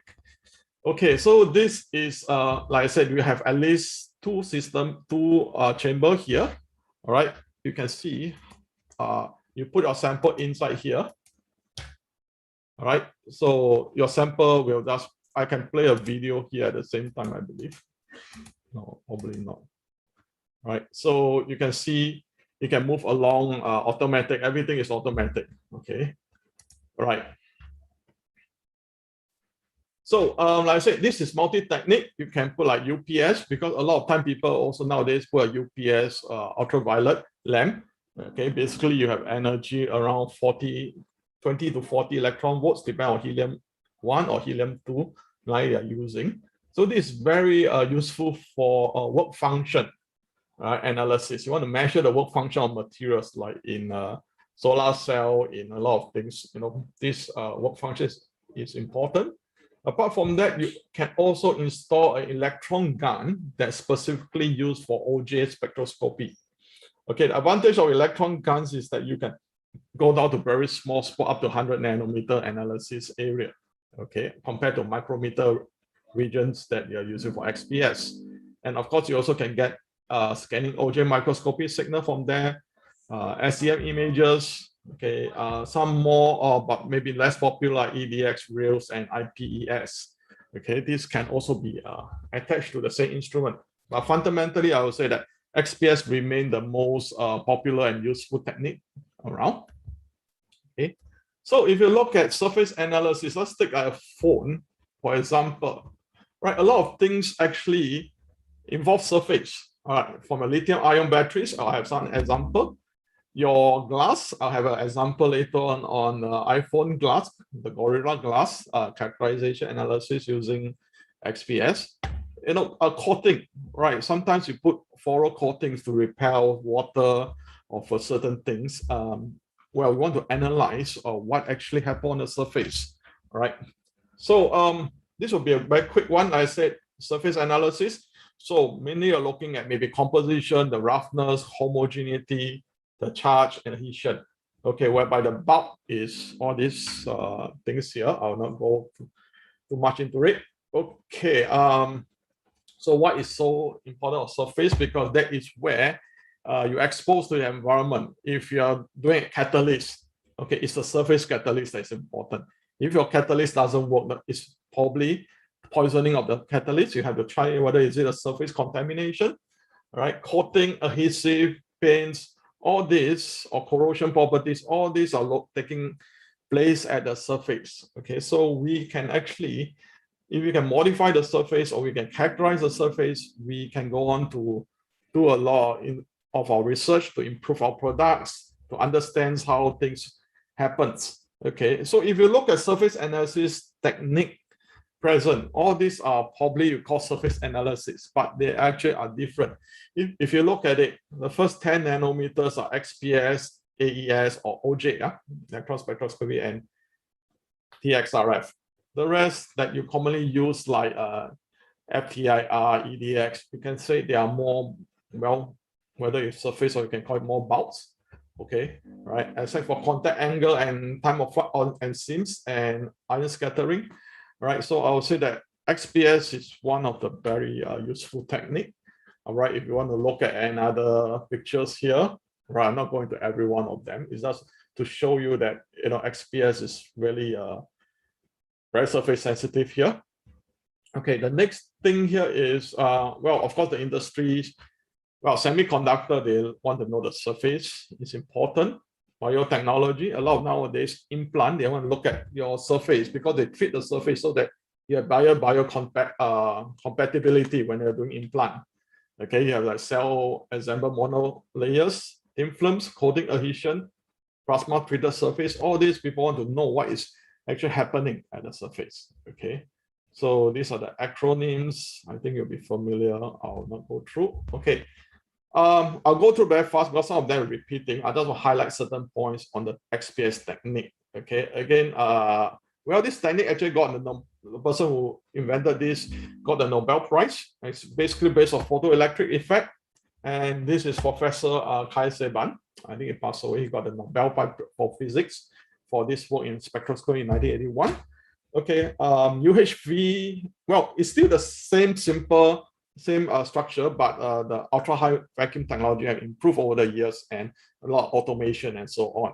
Okay, so this, I think I'll not go too much. It's basically you want to measure the energy of the photoelectrons that comes out. Okay, these have been explained earlier. I won't go into details. Okay, now let's look at what type of information you can get from XPS, especially now the state-of-the-art XPS we have here. Of course, first you have to understand whatever you analyze, the signal comes from probably the first 1 to 10 layers of the atoms and molecules, or some people say less than 10 nanometers, right? And what can you analyze? Okay, you can analyze, you can identify elements. Okay, basically all the elements in a periodic table except for hydrogen and helium. Okay, and in XPS, the sensitivity is always based on atomic percent. Okay, it's different from the rest of the technique. And the rest of the technique, they always report as mass percentage. XPS is based on atomic percent. Of course, you can easily convert that into mass percent. And you can do quantitative relatively easy. And more important is this chemical state information. A lot of time people are very interested to know what happened at the surface. Okay, and this is non-destructive analysis. All right, this is what we generally call it. Okay, of course, if your sample is very delicate, I won't say so, but in general, X-ray analysis are non-destructive. All right, so right, and of course, if you want to do that profiling, okay, maybe I'll just talk a bit later on, because most of your devices nowadays are many layers, like a hard disk or other things. You can actually remove the material layer by layer using ion guns. I'll talk about a different kind of ion guns later. And of course, these things that are less available is called imaging. Okay, these are only available in state-of-the-art XPS. That means you can actually do imaging on your surface. What you can do is more like elemental imaging or chemical state imaging. What you have here is that you set your spectrometer to a certain level. That means you only look at certain photoelectrons energy. So that photoelectron energy basically tells you can lock down to certain chemical state or certain elements. So when you use that to map over area, what you get is the distribution of the element or certain chemical states on your surface. Okay, this can tell us very critical information about your samples. Okay, that probably I will share later. And of course, if you just run the valence band, which is the the binding energy is very low binding energy, then you can probably get some fingerprinting. You know, if you're looking at certain polymers, isomers, you probably can identify that using this valence band. Okay, so maybe just a bit, why is it XPS is so surface? Okay, we know that X-ray goes in very deep. Okay, X-ray can go very deep, but the thing here, you're only analyzing electrons. Okay, electrons that is generated too deep in the surface cannot escape. All right, so if you look at the escape mean free path, that's a universal curve, like between 10 to 2000 electron volts. You look at the escape depth is probably about a few nanometers. Okay, so the lambda, all right, in elastic mean free path about of the photoelectron is in the few nanometers, and you multiply by 3, that is give you about 10 nanometers. But actually, you have this universal curve. Okay, because you are using X-ray source like photoelectrons, like if you use an aluminum source, it's about 1.4K, 1,400, around 1,400 electron volts. So your energy of your photoelectron will not be more than 1,400. Of course, you can have things like silver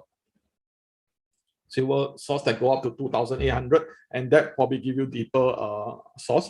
So you can actually have multiple source of X-ray that can change your depth. Other than that, the depth is fixed by the photoelectron energy, which is unique to each element. But roughly, they make up about the whole sum out is less than 10 nanometers. This is how you get the surface sensitivity, because the electrons cannot travel very far inside your sample. Even though X-ray can generate photoelectron deep inside, but only certain depth of the electron can be escaped and get detected by your instruments. Okay, so this is a typical white scan. That's why you can see these are the white scan of a silver. So you have different kinds of photo emission. You have OJ peaks, you have satellite peaks, you have the background, and so on and so forth. Okay, this is another one. Okay, sample. So just a quick one here is that For example, this is actually PET sample, polyethylene terephthalate. Okay, so you know it's a polymer, only got carbon and oxygen. So if you do a white scan, you see the carbon, you see the oxygen, and then this is white scan means very fast. It usually like about 2 minutes, you get one sample here. Okay, but if you want to go deep into it, that's what you call a narrow scan. Once you see this peak, normally we do a white scan first to see what the peaks available, region of interest, whether it fits what you think it is. Because sometimes you may think it's PET, but you end up to see a lot of other contamination. Maybe something is not right. Your sample may be contaminated because it's very surface. Technique is very surface sensitive. So you can see oxygen, you can see carbon. There's fine structure here. Okay, and this fine structure represents different kind of oxidation state for the oxygen and the carbon. So like I said, you can see they have different binding energy, therefore you see different peaks. Okay, and where do you get all this information? The handbooks like photoelectron spectroscopy that tells, okay, this is a pure iron, what we'll see under monochromatic X-ray. If you're doing research, you'll find that. If you don't have any papers to back you up, okay, if you have papers, you want to repeat and you want to check, you can check the papers. That should be the first line you look for. But other than that, the handbook is quite useful.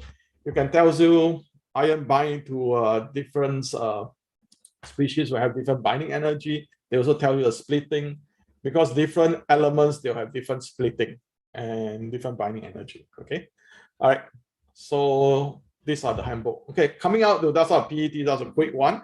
Like I said, this is a carbon peak here, this is oxygen peak. You can quantify the ratio of the carbon to the oxygen. All right, atomic concentration, 74 to 25%, about 3:1, which is what you get for PET structure. So if you look at the PET structure here on a narrow scan, which is you zoom in into this, this is what I call a narrow scan. You find that, well, in the PET you have 3 different kind of carbon. Okay, all right, which correspond to this 3. You see, and if you integrate the area here, the ratio is about 3:1:1, because your benzene ring is a hydrocarbon binder, have the lowest binding energy. And when you have more oxygen, you have higher binding energy. And you have 2 kind of oxygen, which is about 1:1.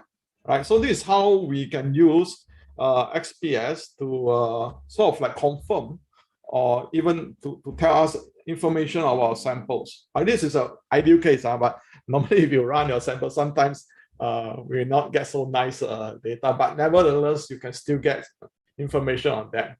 Okay, so you can see the chemical state of oxide always higher binding energy than elemental silicon.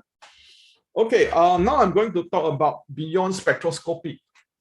Okay, so normally we just put a sample there, we shine X-ray, we analyze. Okay, so we say thin films. Okay, well, 10 nanometer is very thin for a lot of our application, but there are things that sometimes is even thinner than 10 nanometers, 3 nanometers, 5 nanometers, or even lower. How do you analyze that? I don't want to see the substrate. Okay, you can do angle resolve. Okay, or if your sample is very thick, there are multi-layers, one layer stacked against one another, you cannot see below a layer. What do? You can do that profiling. Or the other thing here is this: what happens if your sample is not homogeneous? How do you analyze? You know, if you do a big spot, you always analyze everything, but you never know what happened on the surface. This is where we can do imaging, surface imaging, and then, or even sometimes we can image and then select which area to analyze, which is very useful to us. Okay, this is what's angle resolve. So if you look at it, a normal XPS, we have this is the escape path. But if you tilt, what happened? Right, the escape depth is the same. You will not change, because if you're analyzing the same element, the same photoelectron will give you the same D. But because when you tilt, and this is uniform, all right, the sample actually only come from this depth, this D star. This D star is thinner than this D. So that's why when you do angle resolve, the higher the angle, the thinner your signal come from. Okay, so this is just a simple trick to get you to do angle resolve, okay, to analyze thinner sample. But actual application is quite interesting. I got one example here, which is called a banana molecule here. Okay, Okay, what happened is this molecule itself have a fluorine at the end. So when they do the substrate, they try to so-called react with the substrate and see. They want to know whether fluorine is further away or nearer to the substrate. So you can't tell actually if you don't do a normal analysis, very difficult. But if you do an angle resolve, okay, as you turn, okay, what happened here is this. If this is the configuration at higher angle, because it's more surface, you see more of the signal of fluorine. The fluorine signal will increase as you tilt because it's more surface. If this is how it positions itself on the substrate, at the higher angle, you'll see the fluorine signal drop.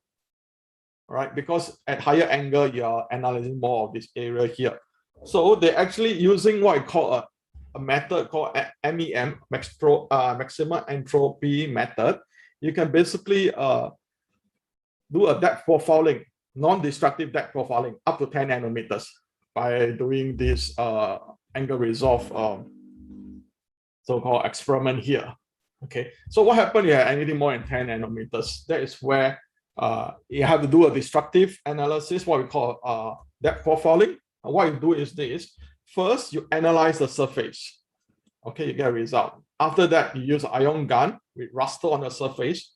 So while the ion gun was rastering on the surface, what happened is that it removed sample. Okay, it removed material from the sample. It destroyed the sample to a certain extent. And then after one layer take out, you analyze again. So you can plot the concentration of each layer as you analyze. It depends how long you etch the surface. So you can carry on this process until you see the next layer or next layer and next layer. All right, so you basically, in the end, you get what we call a depth profile. All right, but the sample is being destroyed. Okay, bear in mind, this is a destructive kind of analysis, but nevertheless, it's like people doing reverse engineering, or they want to measure some depth, not really for measuring depth. It's not, I mean, you have other ways, probably cheaper and more efficient way, but it's very interesting to know, or you want to see in each layer, what is the composition, what happened down there. Okay, what is the chemical state, what elemental, whether you have anything, done wrong or so on. Okay, and you can depth profile different things.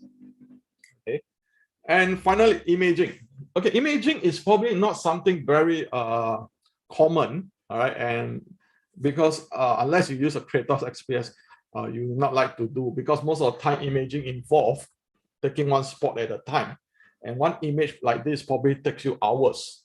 Okay, and your resolution is not so good. It depends on your probe size, which our smallest probe is 15 micron. Some of them, if you have 30 micron, means your resolution is 30 microns. But the way we do imaging is that we can go up to 1 micron resolution. Okay, because we have another so-called analyzer specifically for you, and it's parallel imaging.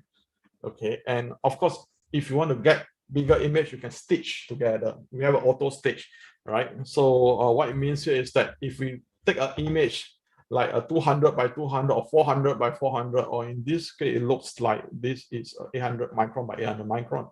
If I want to see the surface more than 800 by 800, I can do a 3 by 3. In this case, like probably about 2 mm, 2.4 by 2.4 mm area. So do take note, in the imaging, you are locking in at a certain photoelectron energy, meaning you're locking in at a certain elements. So you only see one element or one chemical state at one time. Okay, so the intensity just telling you which one has higher concentration, we have a lower concentration. This is a semiconductor, so SiO. So probably some of them are oxide, some of them are maybe silicon. I'm not very sure which one, but you can see the correlation from the image. Okay, about valence band that we'll talk about. Well, you see, XPS only give you like a carbon and elemental. So let's say like polypropylene and HDPE. Right, you very difficult to tell the difference. Right. So, but if you look at the valence band, which is looking at the outer electrons, which actually looks at the electronic states, so it can actually do fingerprinting on that. Okay, you can help you differentiate that. Okay, so this is what valence band talk about here. Okay, a few things right now. I'll talk about the key to technology of why we have this best performance. Okay, the first thing we want to talk about in any spectroscopic technique is the resolution and sensitivity, meaning that you have this peak down there, you always have a peak, and how do you characterize this peak? What is it when you look at a spectrometer? How do you determine or how do you judge this spectrometer performance against another performance? There are two things here, and that is called the resolution and the sensitivity. Resolution is that when you have a peak, all right, if you measure the you take the peak, you divide by the 2, divide to the count, and you measure the width, full width at half the maximum. That will give you the resolution. All right, sensitivity is in terms of count per second. Okay, so what is the things that make XPS so high in resolution? Okay, let's look at it. Your sample is illuminated by an X-ray, and the photoelectric agent goes through the analyzer and finally to the detector. Okay, there are four key areas here that affect this. First of all is your X-ray power. Okay, the more X-ray you can pump onto the sample means, or illuminate on a sample means, the better, more photoelectron comes out. Your signal should be better. But other than that, we actually have a lens that focus the photoelectrons, right, into it. So instead of a small angle, the magnet can focus electrons that move at this angle, a bigger collection angle, so that you have more electrons can go through the transfer lens. And finally, your analyzer is 165 millimeter radius. The bigger the radius, the more efficient the transfer of electrons. And finally, the detector is 128 channel. That means you have a bigger area, bigger dimension to collect electrons. So all this add up to higher sensitivity, and resolution is because of the monochromator. Okay, so you see we have this monochromator which have a 500 millimeter Rowland circle, right? The dispersion is about 0.6 2 EV per millimeter. So our X-ray spot is pretty small, so dispersion is very low, right? That's why if you use a normal aluminum, the line width for aluminum, if you do not have monochromator, is about slightly more than 1 electron volts, probably, all right? But if you have monochromator, that thing, line width goes down to 0.2 electron volts. Okay, that is as small as we can get, up to 0.2. Okay, so you can see that the difference here, all right, if you use a monochromator, all right, a silver 3D peak, we can go up to this 0.046, and for magnesium, K alpha, 0.97. Line width for magnesium is of 0.8 electron volts. I think silver is slightly higher, maybe 0.91 or something like 1 point something. Okay, so if you use a monochromator, you can actually get better line width.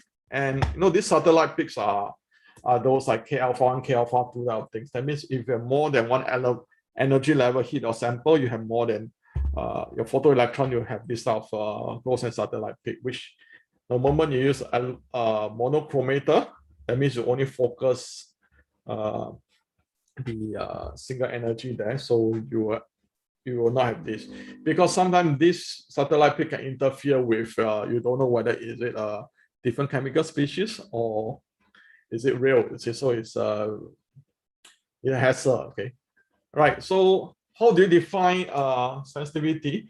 So whenever you look at a spectrometer, how you want to define, you need to know at the resolution, and you cannot just say I want a 0.5 resolution, EV resolution, without saying what is the count, because you can always get the count very low and you can get the resolution very thin. Okay, or you can get a count very high, but the resolution is very broad. Also not much. You need to specify both, and usually this is tied to a silver 3D, a clean silver 3D 502 pix. How much count you get at what kind of resolution? I can get millions of counts if this goes up to 0.6 or 0.7. You can get a few million count up there. Okay, so but no meaning if you're running your sample, you need good resolution. Is important. Okay, why do you need good resolution? Because if you have things like different chemical shift, you find that you may be blocked. If you know this sample well, we can fit it in, but you're doing things that is new, you probably difficult to do so. If you're reading from papers where you know there's already a peak there, you probably can fit something inside there. Okay, so this is what you can see. For example, 500 mm high resolution peak. This is a wide scan, you cannot see so much different, but when you put on a narrow scan, you can see actually you can fit the different kind of peaks there. Okay, I mean, this is one example on the papers whereby, you know, if their resolution is not as good, they probably look at this carbon and probably say there's only 3 kinds of carbons. But if you have a high resolution, you can actually fit 5 components there, and you probably can tell more and explain where or get a better picture of your sample analysis. Okay, same here. You get this good resolution and good sensitivity. All right. Again, you cannot rule out sensitivity, like this small area here, region of interest. If this is what you're interested in, you look at a wide scan, only one small thing. But when you do a narrow scan, because of the high sensitivity, you can actually still get good count from here. Okay, and like I said, this is the component of axis supra.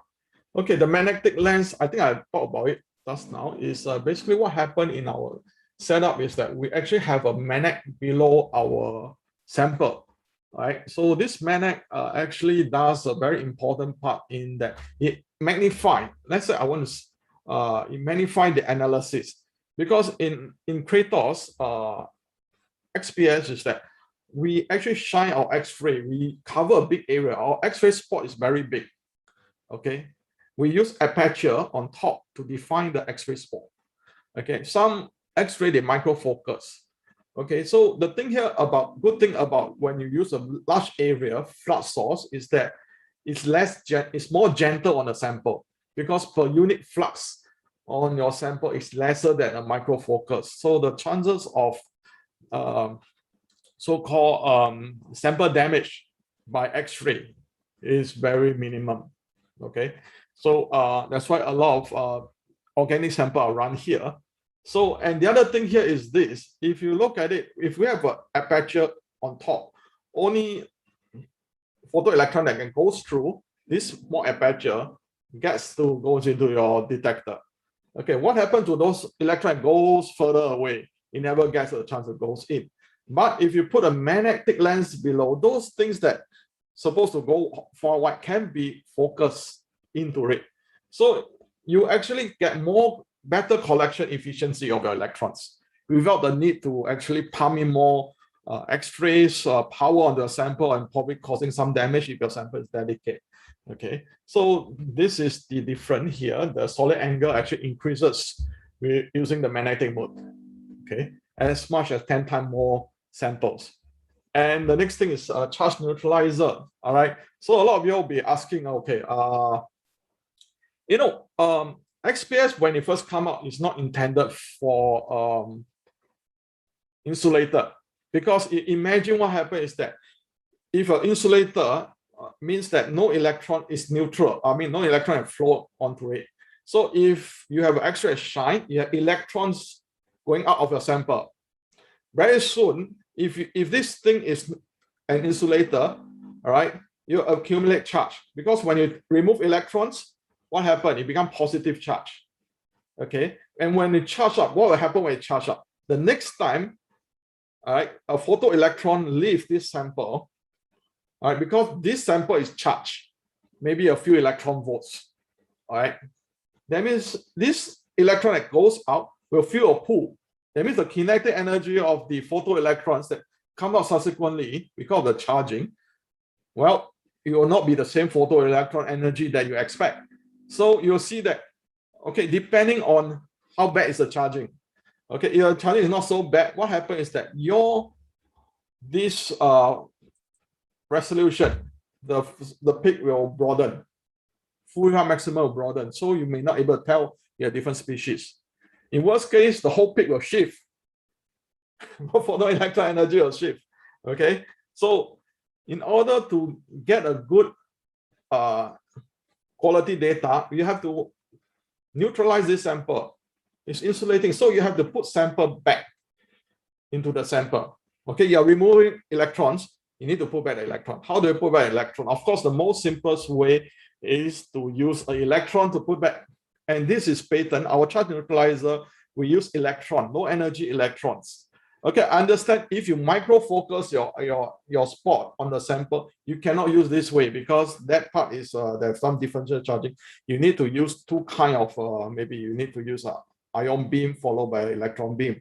So you may need to have two guns to neutralize. But here in our sample, because we actually flood the electrons, the whole surface, so we can use these electrons. Okay, and this electron is very unique because we have a magnetic field inside, and the way the electron enter the magnetic field is in a spiral. So you find that we can actually charge our neutralize with our electrons on the sample very easily, because if you look at the way electron move around, it's in the spherical surface. So if your surface is very rough, a real rice sample like a fibers or all that is very rough. All right, if you compare to a normal flood gun, electron gun, well, we should still give you charging. All right, so that's why this is a very efficient way of neutralization, and this is one of the reasons why we can get very good result. In fact, this is guaranteed 0.68 for PET. This is for this ester peak. Okay, so this is state of the art. This is the industrial leading performance, and not only the resolution, look for the count as well. Okay, right. And next thing to explain a bit. Okay, we have two analyzer here. You see, photoelectrons can go in for the spectroscopy mode. You go to the hemispherical analyzer. We have another analyzer called the spherical mirror analyzer. Okay, this is the one that account for the imaging, parallel imaging, very fast parallel imaging. You get this kind of image. You can have different field of view, 800 micron, 400, and 200.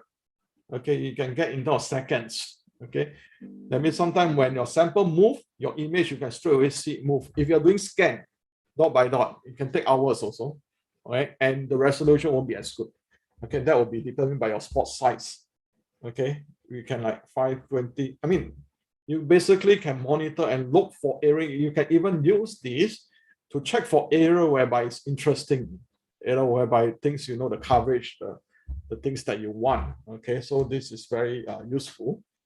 And of course, we use selected area aperture. Right. So what we want to do is that we can, if you want to do analysis at different size, we basically put different aperture, different holes on top of the analysis itself, so that it allows different amount area of photoelectron comes in, as small as 15 micron all the way 110. Okay, and the good thing here is this: you will ask, okay, most of the time I need to move my analysis spot. Maybe I look at image, I want to move that thing to a certain area. You can do so. All right. In fact, we can use that to do scan image. All right. Very simple. We just on top, we put a scan plate to raster, so that we can collect different areas from the surface. Okay. We can actually do scan image, but this will take longer time and not as good. All right. Or we can use this, for example, once we do imaging here, right, I see, oh, there's a feature here. I can move my spot just by putting a voltage, and I can apply a voltage, and that analysis point can be moved to this area. Then at this area, I can do a spectroscopy, and then I try to look at another area whereby this probably is a good area or whatever for comparison as a background. I can do another spectroscopy. I can overlay.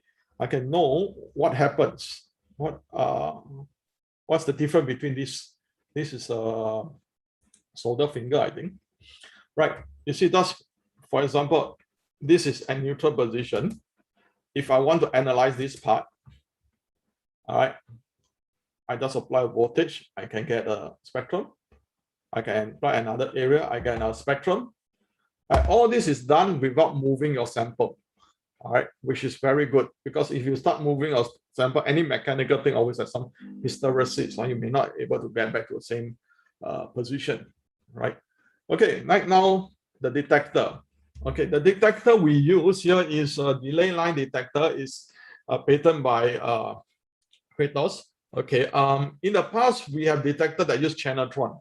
That means one by one, like a trumpet. Okay, our own system have 8 channeltrons, like 8 trumpets down there, so that a photoelectron comes in and get so-called amplified and to get a spectroscopy.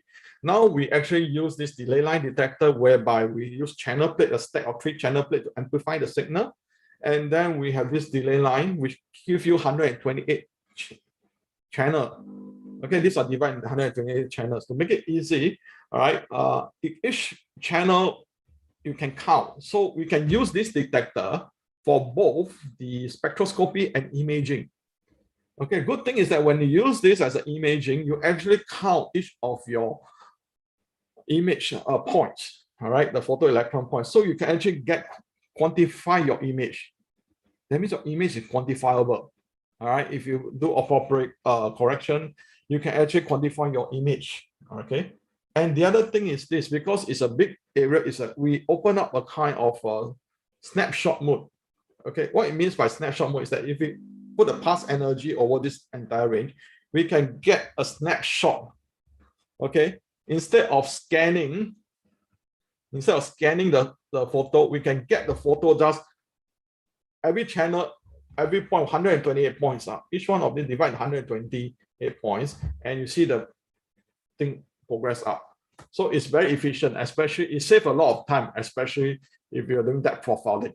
Okay, you can acquire a spectrum in 10 seconds, 15 seconds, or less, compared to 1 minute when you do a scan or more. So when you do that profiling, you can save a lot of time, or you can do other things. I mean, this is a very useful new mode of spectroscopy here. Okay, this is like we have 128 channels, so the resolution doesn't really change. Okay, all right. So we also do imaging. Okay, I think the best of all is this automatic sample. Okay, transfer. So I hope I can show you. Okay, I'll show you this video. Was still able to cannot play. Okay.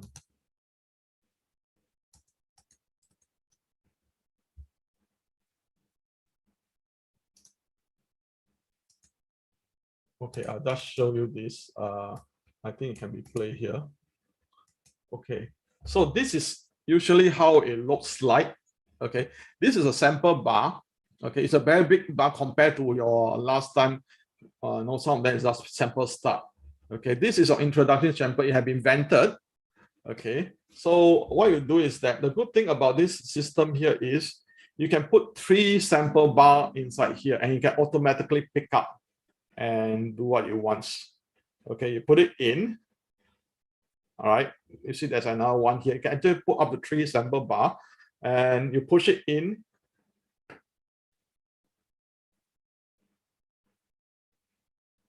Right, you close it. So no longer do you have those very long probe which you have to turn and transfer. So this automatic transfer. Okay, so once you go in here, okay, immediately there is a camera on top, okay, that you can take a picture of what you are looking at. Okay, so there is a picture on top. You take a picture, then you can just put your mouse and say, I want to analyze this point, this point, this point. I can select the point very easily. Okay, you have different kind of sample holders for different heat and cool and so on. Okay, maybe I'll just walk through how you do. You see, after you put in this sample analysis, okay, all right, how it works is this.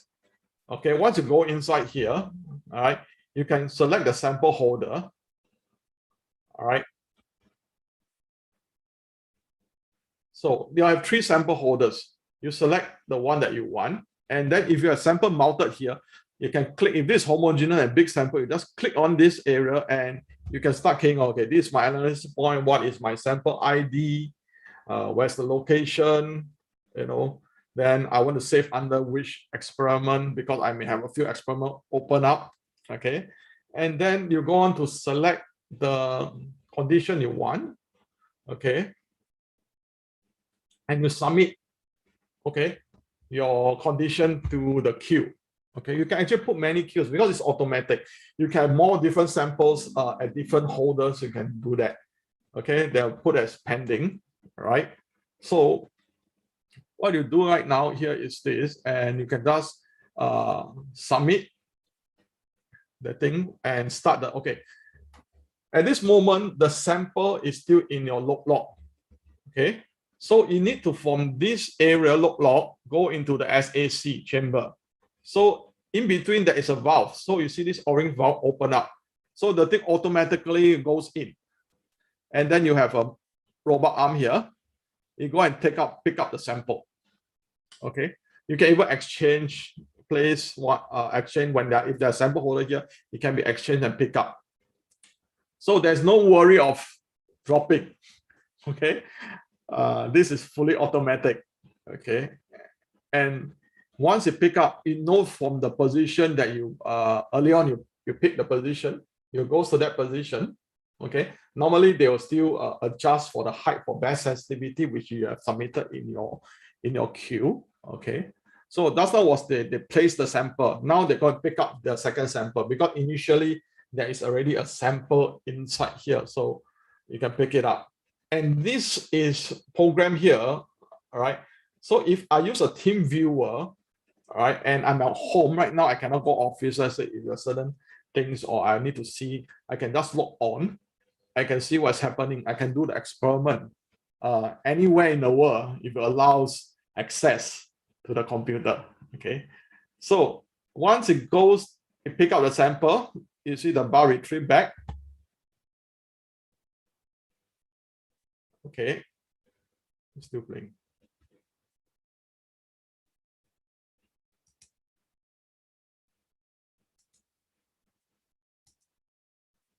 Okay, what it does here is that it will do an auto zag, right? You'll find the correct height.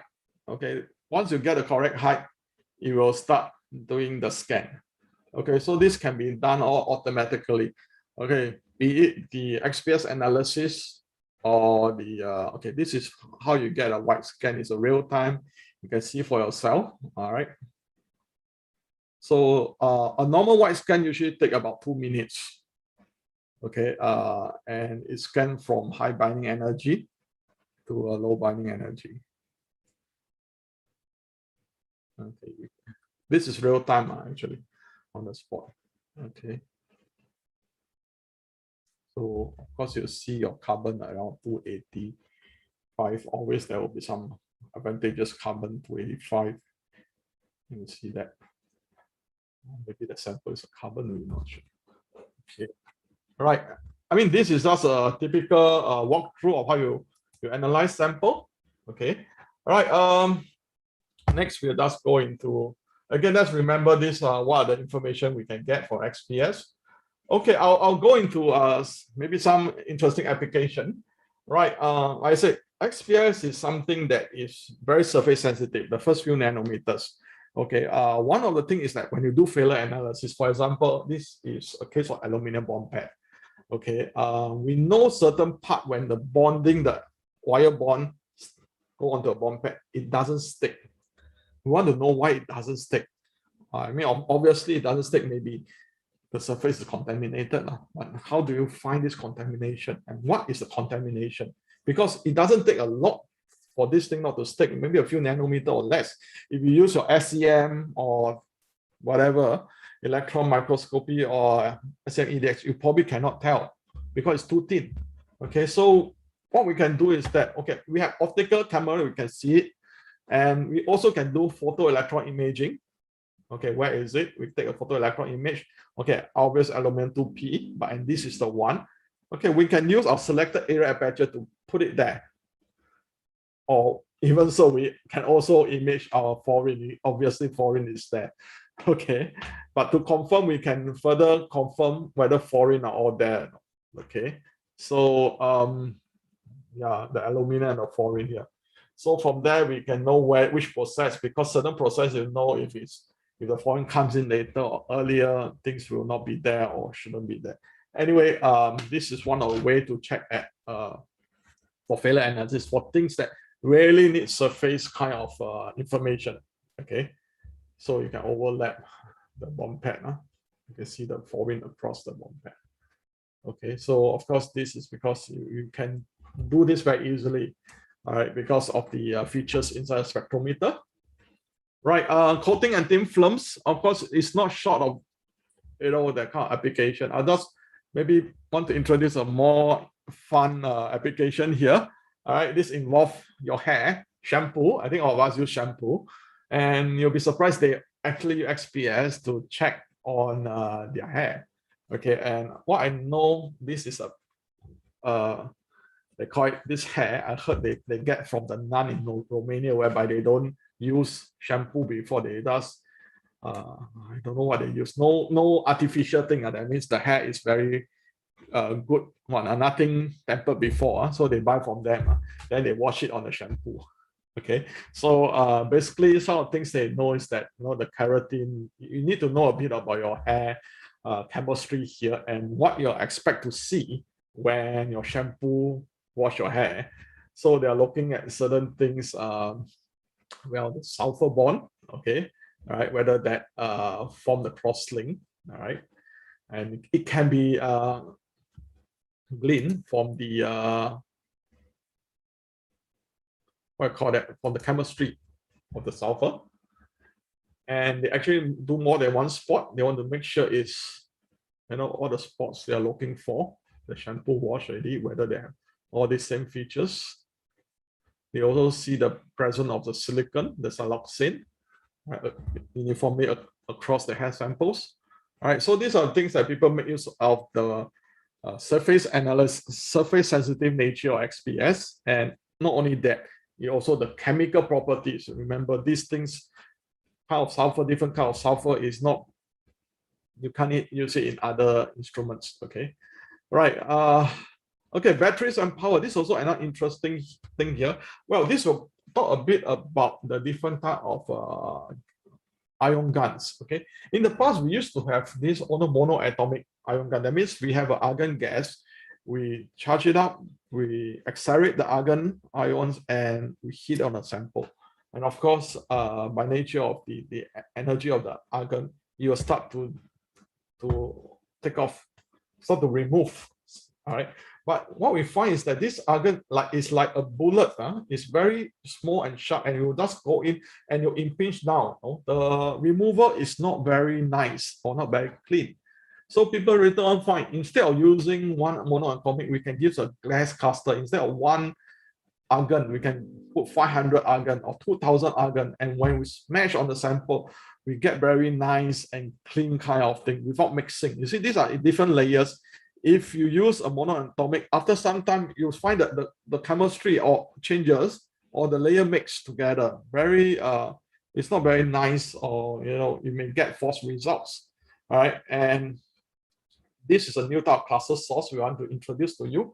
And one of the things they can do here is that in a few years ago, we actually take the iPhone 6 glass. Now it's what, ceramic seal. I don't know what it is, whether they've done anything different. Right, but the Gorilla Glass is, what they do is that they actually treat the glass.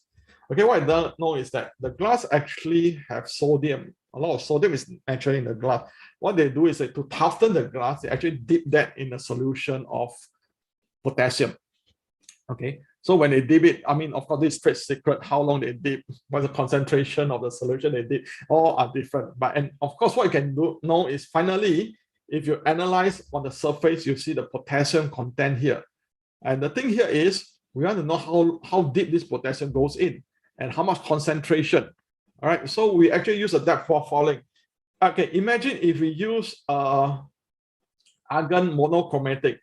Well, we can probably get a depth probably deeper, okay? But the concentration that we get of the is different. The sodium concentration is different, okay? Compared to use a gas cluster, actually underestimate. That means your estimation, if you want to do reverse engineering, you think it's 4%, but actually there's about 9%. So that is not going to be very good for you when you do reverse engineering, okay? So the gas cluster gun is something new, and it's something that interesting here. And also another thing here is this is the lithium-ion batteries. And we know that batteries, people want to know the interface, how, especially the lithium. You see the lithium here. In the past, people always, when they use a normal monochromatic, they find that, oh, the lithium sort of spiked near the interface here. Okay, and they come up many reasons that to explain why there is a spike of lithium near the interface there. But what happens when they change it to a gas cluster gun, they find it's very nice. The lithium does, changes directly and through the interface. And in fact, this is an artifact generated by your analysis. This is something introduced by your analysis, not the real picture of what the lithium-ion battery is. Okay, so you can see, of course, it actually underreport by 28%. Okay, so if you use a cluster gun, and not only that, if you want to add organic samples, all right, the cluster gun is known to will not destroy the chemistry of those organic samples. Okay, I don't have didn't put it here, but if you want to do organics samples like OLED or that, a gas cluster gun is important. So because you can etch away without demonstrating the chemistry of the sample itself. Okay, so these are some more things, and I'll just go a bit quicker. Okay, biomaterials. Okay, why we need to do biomaterials? Okay, a lot of time we actually, when we do implant inside, like this titanium or whatever, we usually try to coat something that, when you go inside your body, you will have a better biocompatibility. Because if you have better biocompatibility, it means that the rejection or something happening inside once an implant put in, it will be much less. So these are things like, for example, some of these meshes, polymer meshes, you actually put inside there. These are polypropylene. So what they do is that they coat this polyethylene glycol. Okay, of course, what we do here is this: we will just take the spectrum of this coating. If it's poor coverage, you'll see more of the polypropylene CC bond. If not, you'll see more of that. So, but the good thing here is that if you use imaging, it can tell you a better story. You can you can log into any of this energy, and you can see whether you have a good coating or not. I think this is a much better way of looking at it, because when you do spot by spot, you may miss out certain spot. But when you cover the whole area, chances of you missing out is very much lesser. Okay, of course, there are all other things, nanomaterial, catalyst, petrochemical. I don't think I have time to go, almost time already. So I will just probably stop here. And if you have any question, please feel free to ask. Okay, thank you very much for your attention. Yes, thank you very much, Mr. Tan Tek Beng, for the clear explanations. Now questions are welcome from the participants.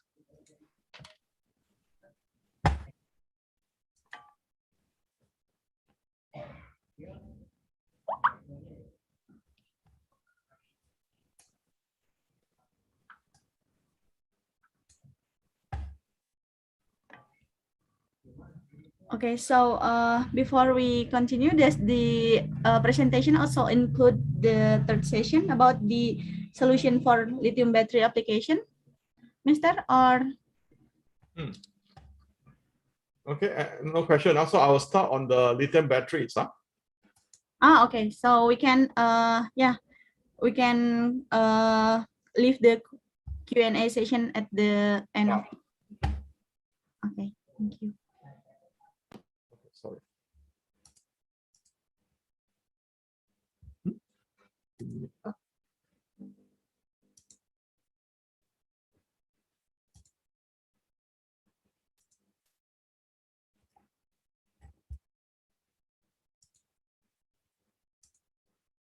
Okay, can you see my screen? Okay, I'll talk a bit about this simulation solution for lithium battery application. Okay, basically before we look at it, lithium batteries, let's have a look at the structure of lithium batteries. So basically, they have a positive electrode, right?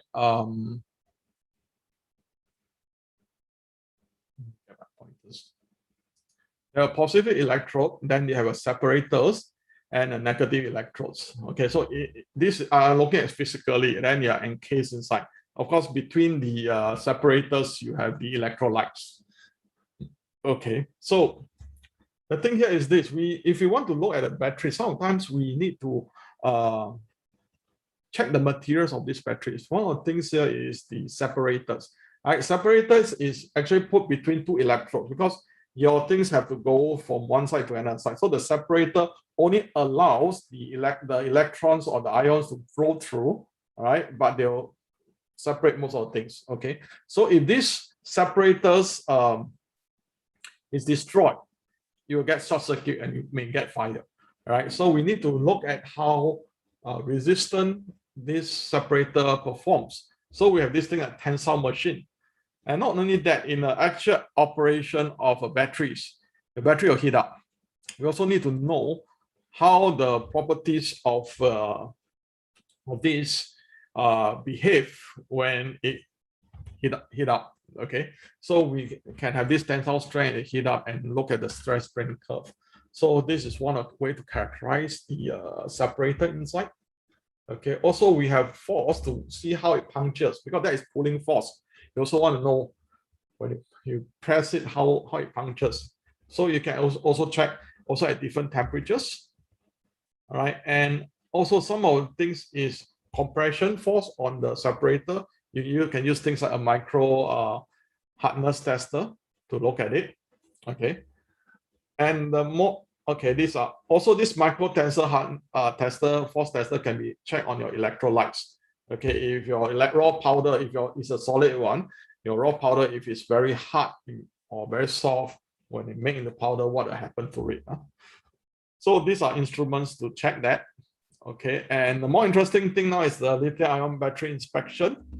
Okay, if you look at batteries, okay, after it's encapsulated, how do you know anything is wrong with it?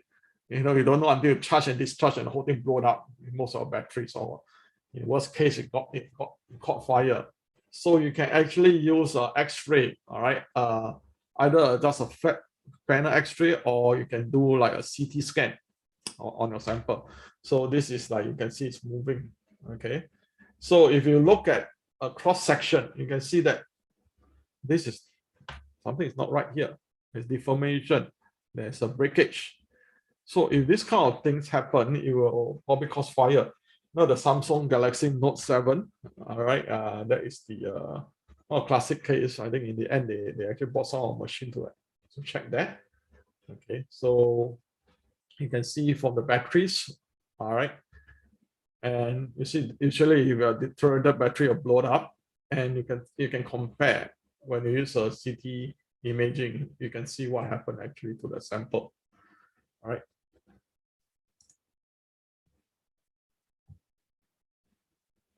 Not only that, well, these are all very high resolution image. I can actually measure the distance between each of these separators or each of these cells when you stack it together and see any abnormal length or something like that.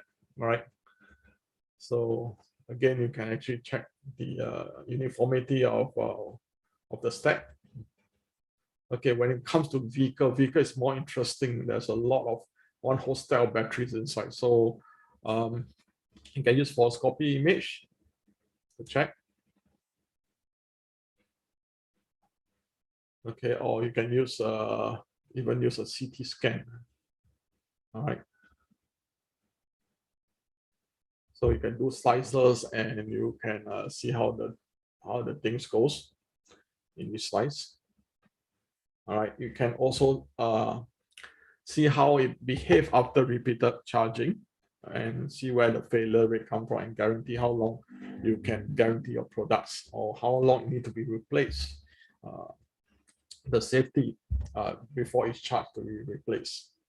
Okay, so these are some of the testing material. Like this is the micro focus CT tensile machine that we use to characterize. Okay, now we look into more macro, how this thing behave. Like I said, that's how we're looking at the big area. All right, basically a lithium-ion batteries consist of positive electrodes, a separator, a negative electrodes, and these are electrolytes. So the electrolytes is basically contain also the active material and also the conductive aids and the binder, right? So these things itself is important, right? We want to know things like how the electrolytes is distributed, how it function, whether you have conductivity across the area, and so on and so forth. So we can use instruments like EPMA, AFM or SPM, and so on, which I'll show you how they use that to analyze. Okay, so you can see electrodes are where the action lies. Okay, so what are we analyzing? The positive and negative electrodes, the active material, the binder, the conductive additive separator. So what information do you want to extract?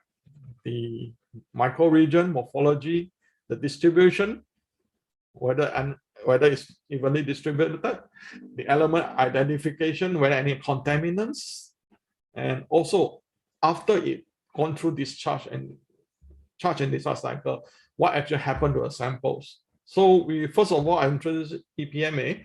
EPMA is a bit like your SEM EDX, but it has better sensitivity and better resolution. Okay, it can still give you your second electron image and your compo image.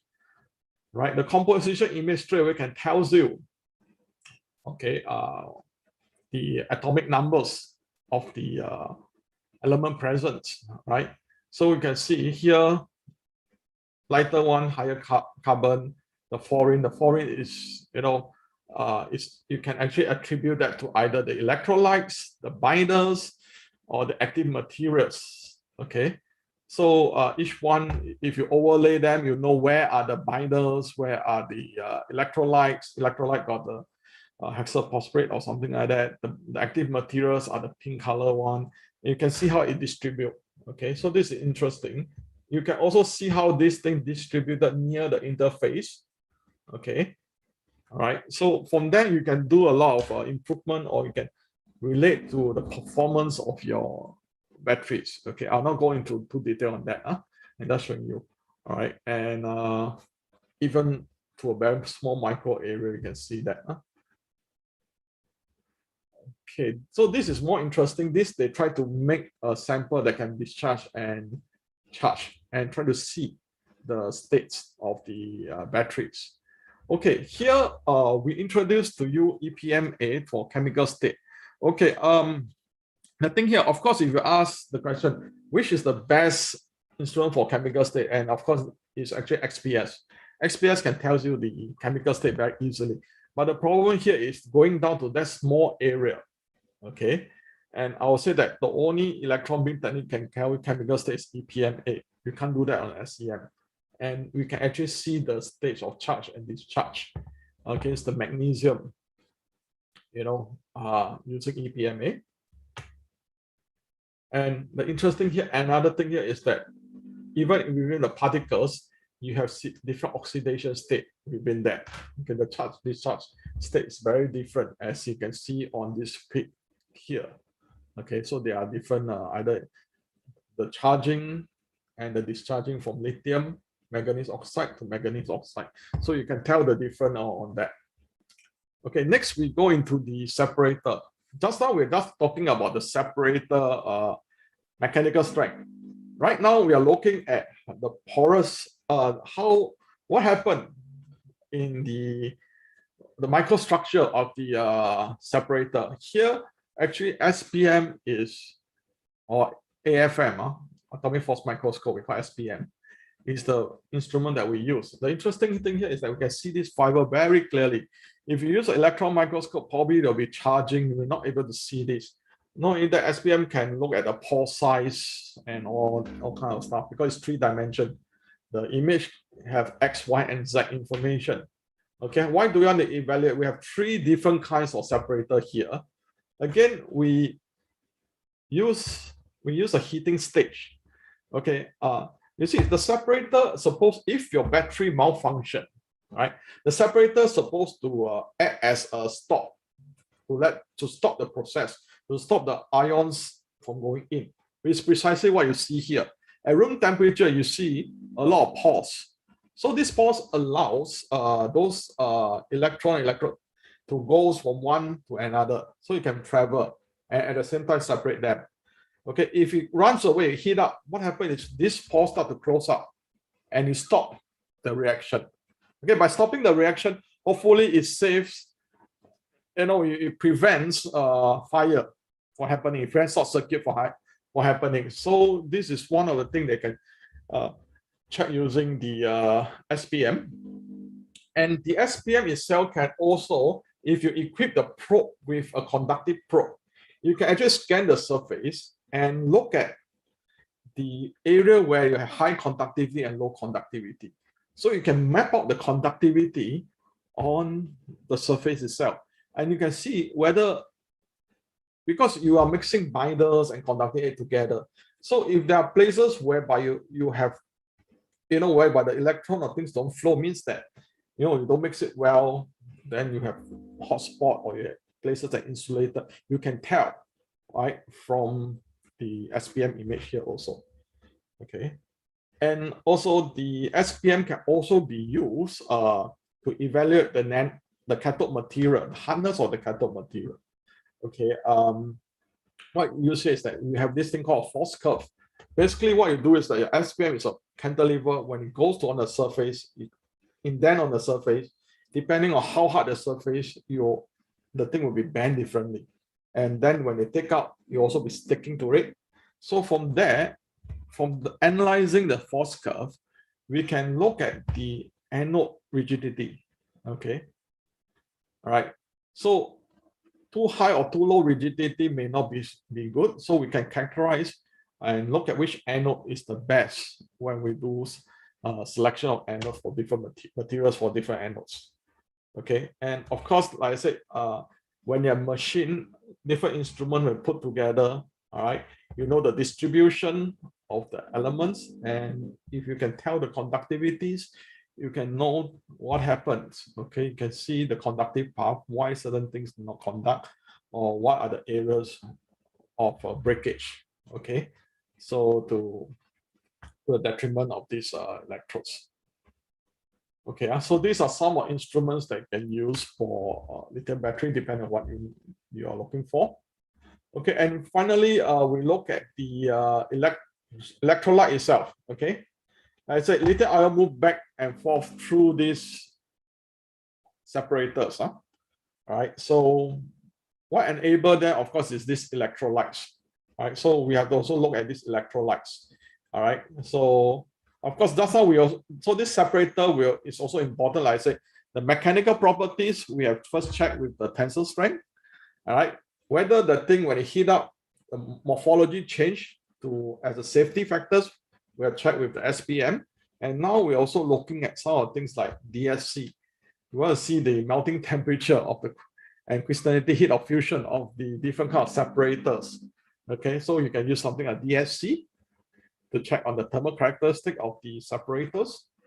You can also use a TMA. Okay, so this TMA can look at the shrinkage, all right, when it's heat up. And from that shrinkage, you can evaluate whether how appropriate this separator material is for the lithium batteries. Okay, all right. So these are some of the things, instruments or thermal instruments. And now it's like the solvent electrolytes. Okay, these are the things that is inside the batteries, right? Polycarbonate, dimethyl, and all these. And these are electrolytic ions in solution. So you can use things like a GCMS, HPLC, or even ion chromatography to characterize this. Okay, so using HPLC, you can look at for high boiling point solvent. All right, we can check on that. So GCMS, you can look at the liquid, also the gas. All right.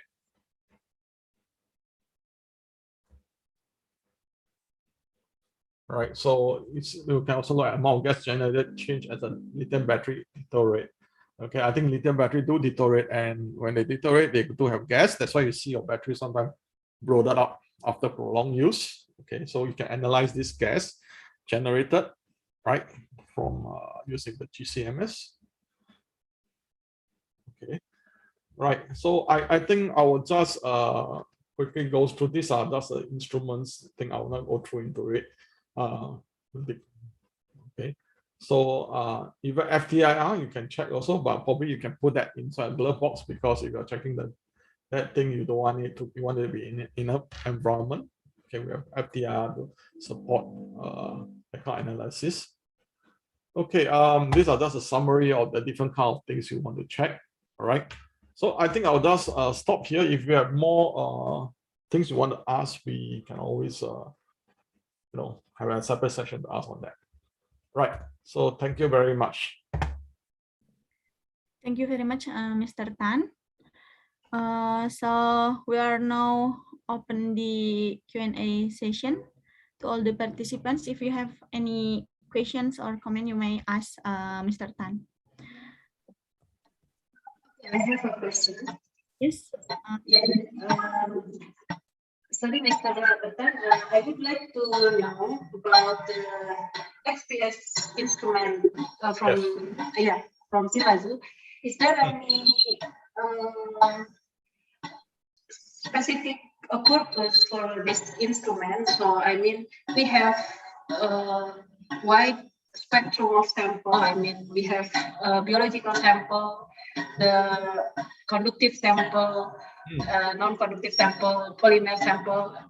Which kind of sample that is the most suitable for this system, or it can be used for all kinds of sample like that? Okay, thank you. Okay, thank you very much for the question. So actually, the thing here is this, is that if you get an instrument, you have to see. One of the earliest hurdle of XPS is actually sample that is insulator.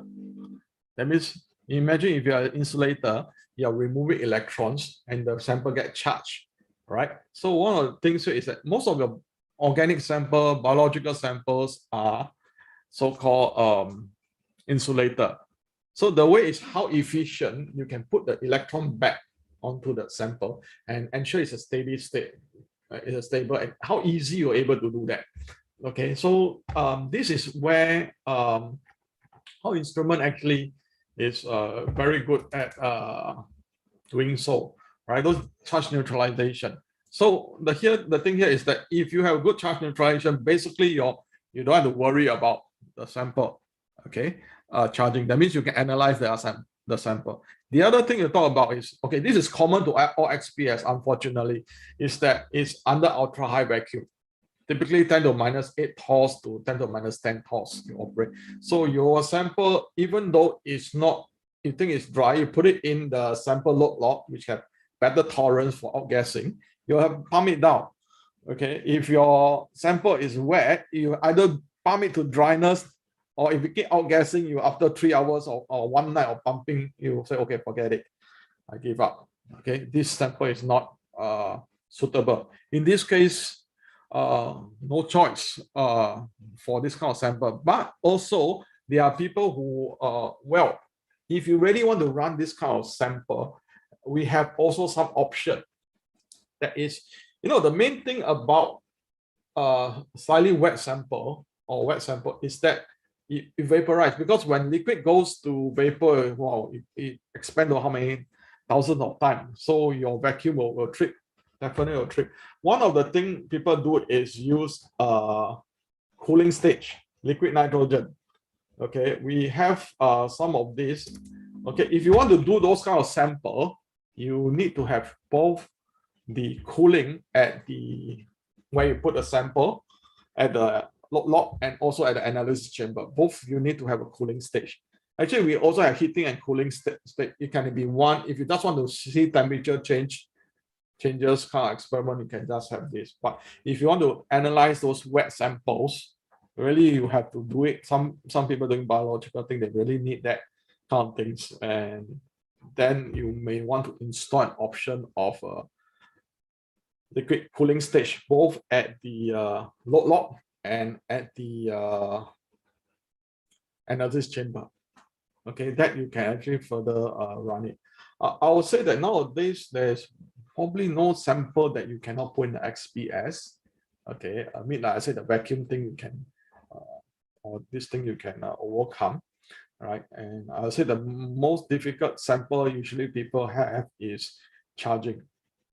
Okay, especially complex kind of a charging sample. Yeah, one here. I'll show you the charging. Yeah, this is our sample, charge neutralization sample. You know, this part is impossible to charge because it's like very heavy kind of thing. But we still can do it because our charge neutralizer is, well, it's like I said, the way it goes in is half. Yeah. So I don't know whether I answered your question. If you want to add on, please do so. Please interrupt me. Yeah. So for like biological sample, you can use the cooling stage like this, right?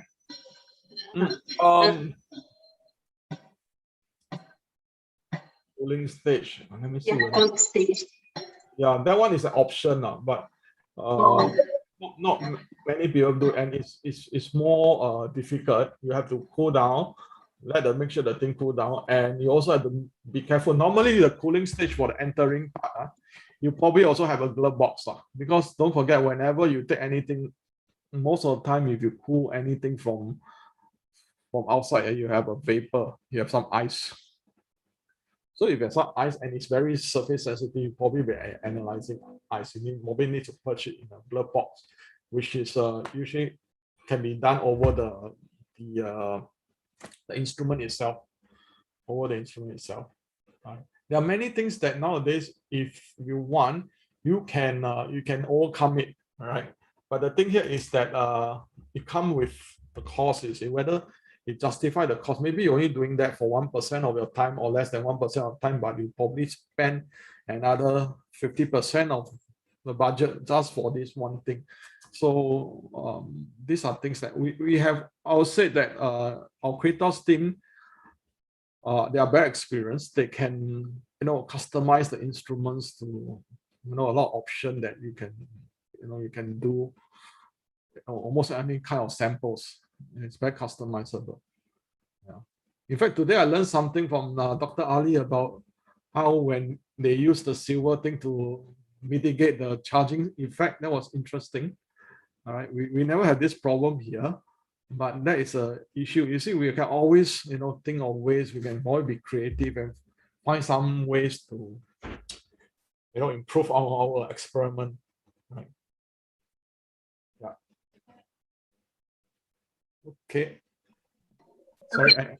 Yeah. One more. So the sample should be we should detect the sample. Yeah, the sample should be in vacuum, isn't it? Sorry, I beg your pardon. I can't. There's a lot of feedback. The sample should be. Should be stay in vacuum during observation. Yes. Yes. So you have to prepare the sample so that it can stand the vacuum condition. Correct. Okay. The thing needs to be there. The reason why you have the ultra high vacuum, probably two things. One is because this instrument is very surface sensitive. If your vacuum level is no good, the sample get contaminated very fast. They have this thing called monolayer time.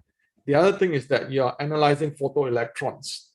Okay. If your vacuum is no good, the electrons that come up on surface will be absorbed before it reach into your detector. Okay, so these are some of the things that why you need ultra vacuum, keeping the surface clean. Of course, if you are doing those surface science experiment, this is very crucial. Okay, so that's why you have to have the high vacuum. There's no way you can do otherwise. Yeah. Okay, thank you very much.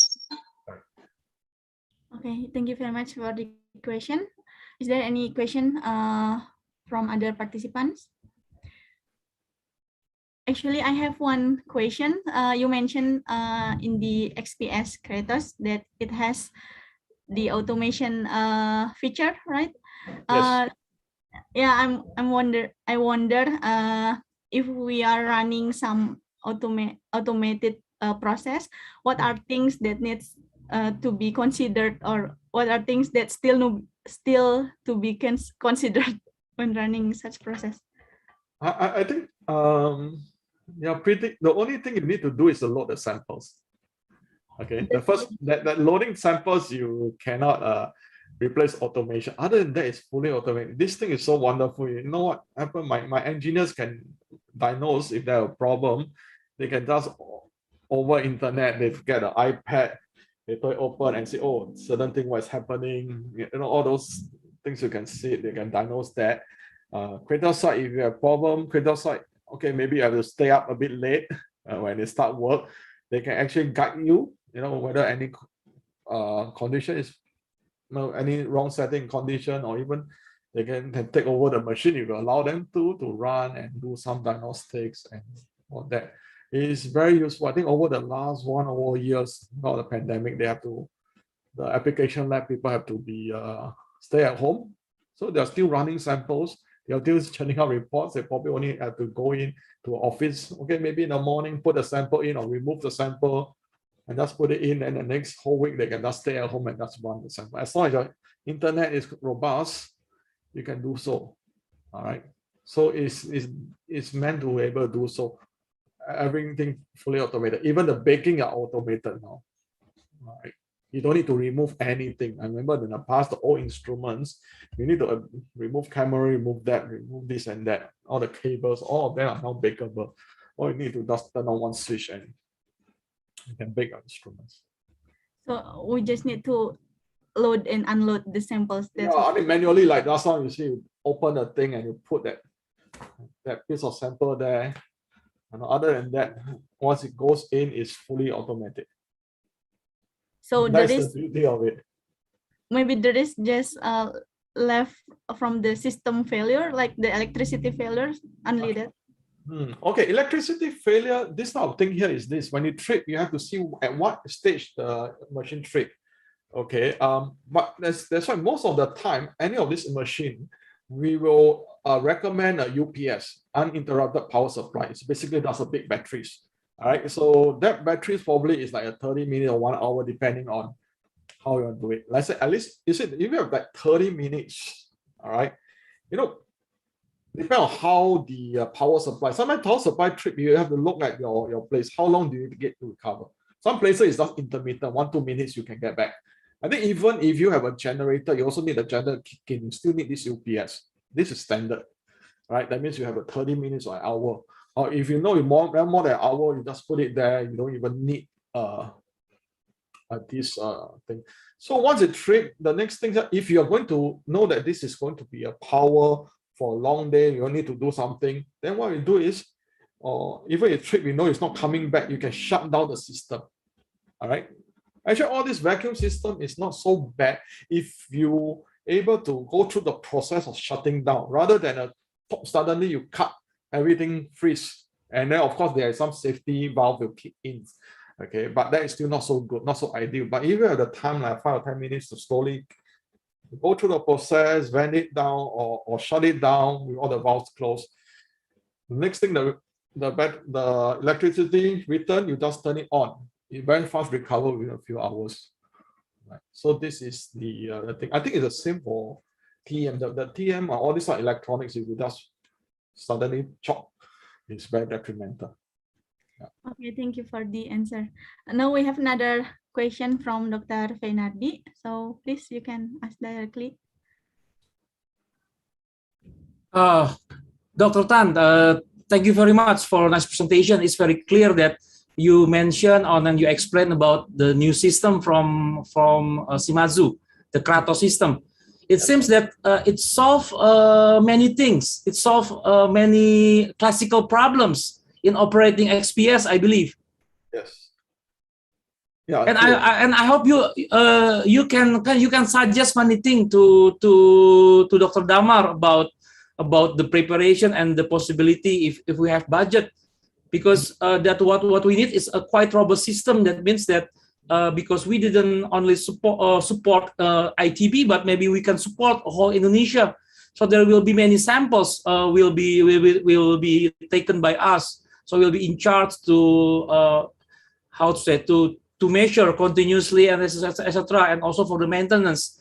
So what we hope is that how about your representation in Indonesia? That means that you have a trained engineer, etc. in the future for the XPS system, because maybe ITB will initiate and later on other university will follow, because it's for the future development of materials. XPS is very important. Yes, it is. It is. I think it is very important. Of course, right now we don't have any unit in Indonesia, so the training won't be of engineers. It's probably a bit different. It's like chicken and egg thing, you know, which one comes first. Okay, so but you do have a point there, because I think in a lot of countries, like in Malaysia, they also have our XPS, and places like UKM, USM, you know, they actually not just run for their own university. They actually took a lot of sample from the industries, from all that, and they charge them. So of course, charge different from different. Yes, of course. And they use that money they earn to probably buy spares to maintain the instrument. Even in Bangkok, like Chiang Mai University, they also do a lot of this. I think in Singapore they also do so, but maybe they do for their parents' institution first. All right, so they do charge kind of things, and I think it's it's not a cheap instrument, and to maintain it also takes some costs. But the thing is, if you are advantage, if you are the first person to come in to bring this technique in, you know, very soon people will follow suit. And I'll say a lot of things that last time very difficult to train us, like loading the sample, turning that. Yes. There, well, then you have to look at it. If you don't do yes, this, exactly. I experienced, because I work with the old instrument, Fiji, maybe you know, vacuum generator. Now it belongs to, I think, Thermoscientific. No. Yes. The Fiji, both by Thermoscientific now.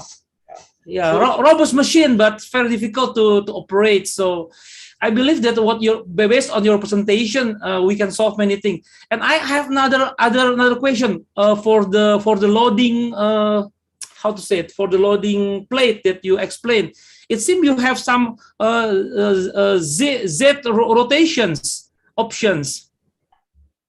yes, there are different kinds of sample plate that is available. Let me see where is it.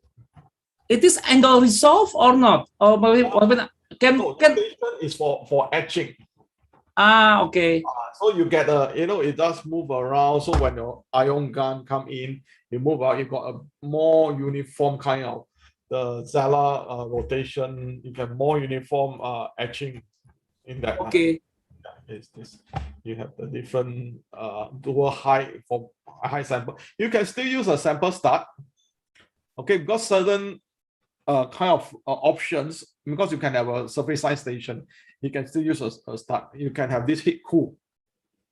You can just put a sample here, you can heating, and if you have liquid nitrogen, this one goes through that, and you can cool down. You can do a heat cool option on that if you want to do things on that. So it's a very big sample holder. If you look at it, this is like, it's quite big, you know? And the good thing is to install the cooling system is very easy. It's automatic also, like you mentioned before. You mean this heat cool? Yes. Okay, if it's just heat cool on the analysis chamber, is that you have to order it in advance. So you need to, or if you're not cooling it, it's very simple. You just put it in. Because behind there's a contact, there's a heater here. Okay. But just be careful, make sure you don't heat until things vaporize. But you are looking at things like changes between hot and cold. It just put the thing on the samples. So it improved a lot. That means that you simplify many things. Kratos simplify many things. Yes. I say it's 50 years of try and error, I'll put it this way. Yeah, I know. Okay, thank you very much, Dr. Tan. And then nice to meet you. Very nice presentations. Hopefully we can have a collaborations, and then we have enough budget, and maybe we can purchase for in the future, because I believe it's a robust system. Yeah, thank you. Maybe Bu Damar can give some comments. Thank you. Thank you. Okay.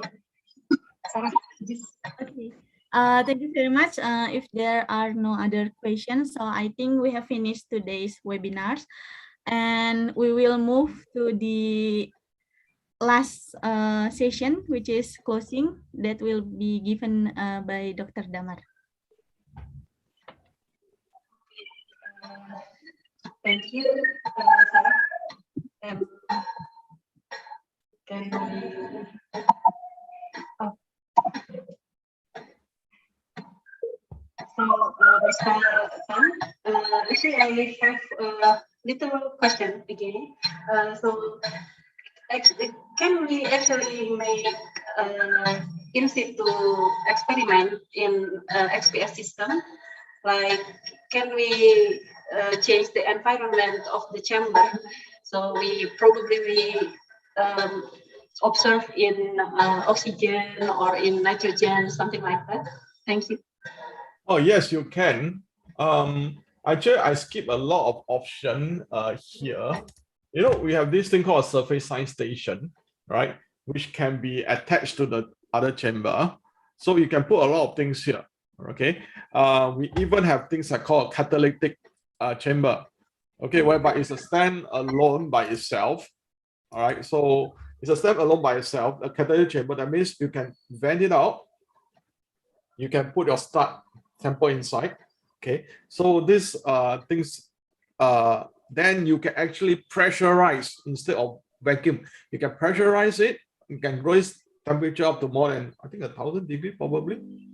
All right, quite high temperature. You can pass different gases, reaction gas, okay? And it's attached to your instrument. So by separate, it's attached to it. So you actually can do things that experiment on it. Okay, after the experiment complete, then you can evacuate and the sample can straight away transfer into an XPS. Okay, the good thing here is this, because every time you break and leave it in the air, it get contaminated. So the surface actually is no longer what you think it should be. So what happens is I can do experiment. Most of the time it's catalysts people do, and they involve high temperature or putting certain gas reaction cell. We call it gas reaction cell. Right, it can go up to, I think, 20 or 30 bar of pressure, you know, to simulate that kind of reaction you have on a big scale, you see. And then once the thing reacts, it can straight away so-called transfer directly into that. Okay. So the other thing they have is an inert transporter, which you can also prepare your sample in a glove box and then put inside this transporter and then attach to a machine and just pass it over, so that it will not be exposed the atmosphere, no moisture, no other kind of gas interference. I see. So there is a lot of options in this system. A lot of options. Unfortunately, I didn't have time to share every one of them. I mean, we just hope you can understand XPS first. I see. Thank you very much, Mr. Probably we will close this session, this webinar, if there is no other question from the participants. Okay. So Sarah, should we close this webinar? Yes, I think we can go to the closing session. So you can close the webinar, Dr. Damar. Thank you very much. So thank you very much for all the participants for your time attending this webinar. Also, thank you for all the presenters, Dr. Ali, Mr. Tan, and thank you very much for Dr. Fernandi, who also joined us in this webinar. We hope we could get this XPS, get an XPS here in ITB in the future. So we can use it together with other research groups and research facilities in Indonesia. Because as Dr. Fernandi said, XPS is very essential for research in material science and also other fields, I think. In life science also it's used, so it can be used widely in many field of experiment. Okay, I hope we can gain a lot of benefit by joining this webinar. We hope to see you again in other webinar series from Tano Center ITB. Thank you very much. We close this webinar. See you soon later. Bye. Okay, Sarah, thank you. Thank you, Dr. Neymar. So thank you to all participants and speakers who have attended this webinar, and see you on the next webinar. Thank you. Thank you. Bye-bye. Bye. Ya, assalamualaikum. Terima kasih, Pak Pri. Bu Damar sehat semua, sehat semua. Ya, alhamdulillah. Terima kasih. Ya, sehat-sehat. Everybody in good health. Yeah, take care. Okay, well, The take care. pandemic is still severe. Yeah, okay. Okay, take care. Bye-bye. Thank you. Thank you. Have a nice day. Have a nice weekend. Thank you all. Panitia, Sarah, Zaki, terima kasih ya. Oke, Terima kasih Zaki, Sarah, terima kasih. Bu Damar, terima kasih. Ya, terima kasih. Mari kita saya stop ini ya, Zoom-nya. Ya, terima kasih. Selamat